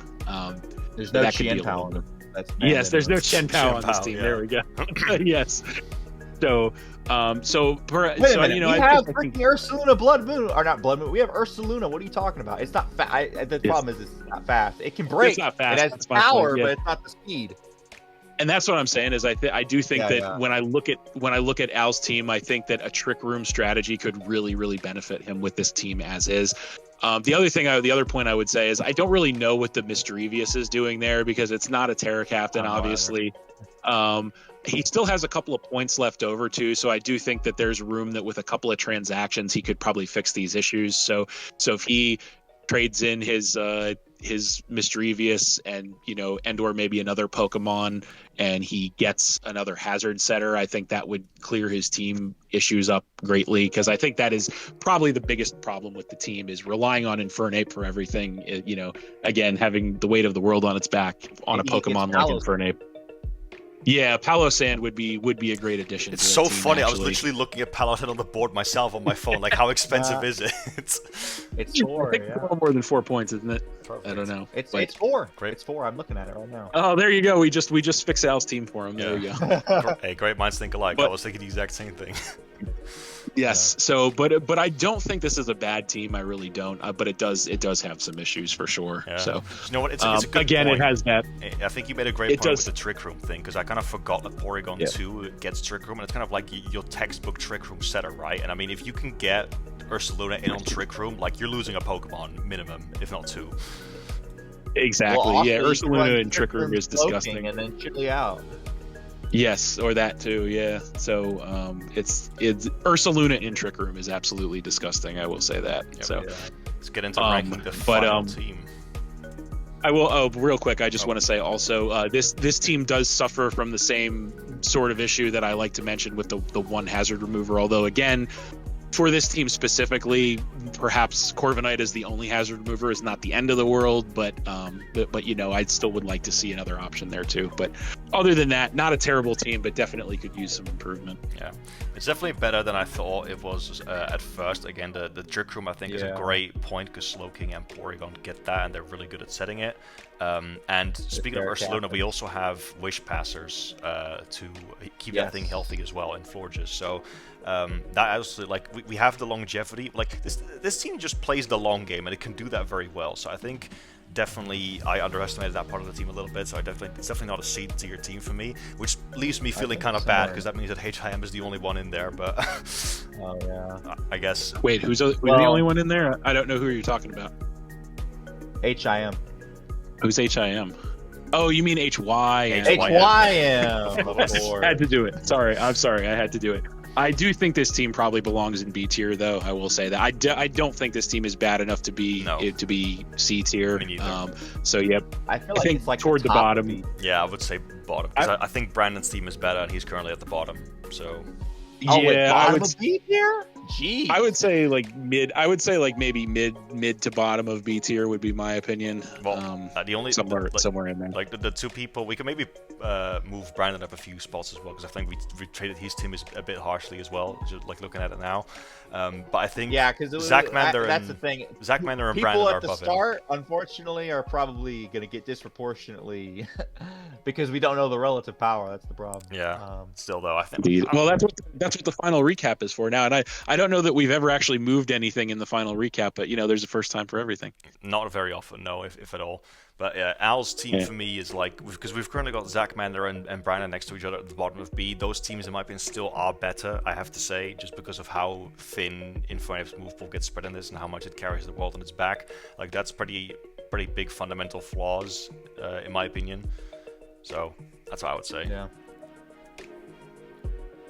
Yeah, I'm fine with it. I'm not going to split hairs at this point. We're God knows how long into this video. We're into BHDL the movie, part 7. We're slowly creeping up the 4-hour mark here. What? We're creeping up the 4-hour mark? No. The longest one is. I really hope this one is. I really hope this one is at least a couple minutes shorter than the last one because that'll show we're making progress in the right direction. I don't think it is, truth be told. Well, let's cut it off and find out. Yeah, indeed, let's do that. Ladies and gentlemen, that's going to be your power rankings for Battle Hub Draft League Season 7. Again, these are very, very long sessions. We are cooked at this point, but hopefully you guys still found it entertaining nonetheless. And if you agree with our choices, let us know. If you disagree, also let us know. There is actually a public template of this tier list as well, so if you do want to make your own real quick for fun, you can do so. Again, if we didn't think your team was as good as you perhaps thought, don't take it personally, and please do prove us wrong.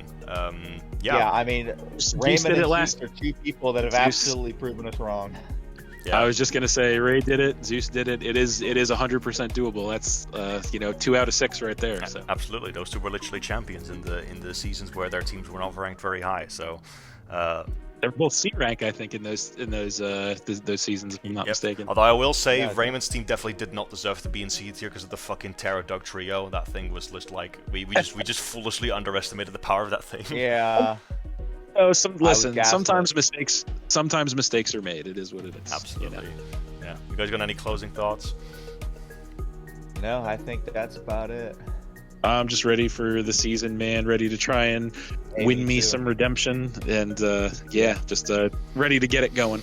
Absolutely. I'm also very, very excited. I think I will say though, these teams, in my opinion, were the toughest. I mean, we literally said it as a prediction, right? But these are the toughest teams to rank in BHDL. Period. Honestly, this ranking might be way off someone else's, and like it's kind of weird to me to see so many teams in B tier. But that's only like in comparison, right? Like if we're looking at these teams individually, I think they're actually all like great. Even HIM's team had some seriously good points.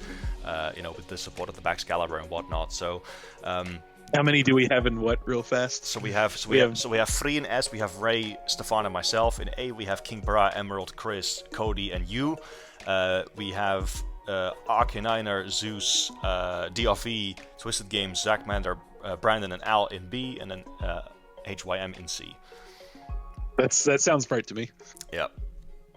Indeed. But yeah, we'll see. Only time will tell how right we are. Indeed. So yeah, we want to thank you guys so much for watching. Good luck to everyone in this season. We are really looking forward to it. Again, these teams are fire. They look really, really fun. So we're really looking forward to see how you guys pilot it. And we're also having a record of uploading coaches this season. So we're going to have some great content. I believe if DRV uploads, we have footage of every single week 1 game. So look forward to it. Thank you guys so much for watching this one. Be sure to check our channels out. As always, there's a link in the description, as well as subscribe to the BHGL channel if you have not already. Thank you so much for watching this one, and we'll see you guys next time. Peace. Peace.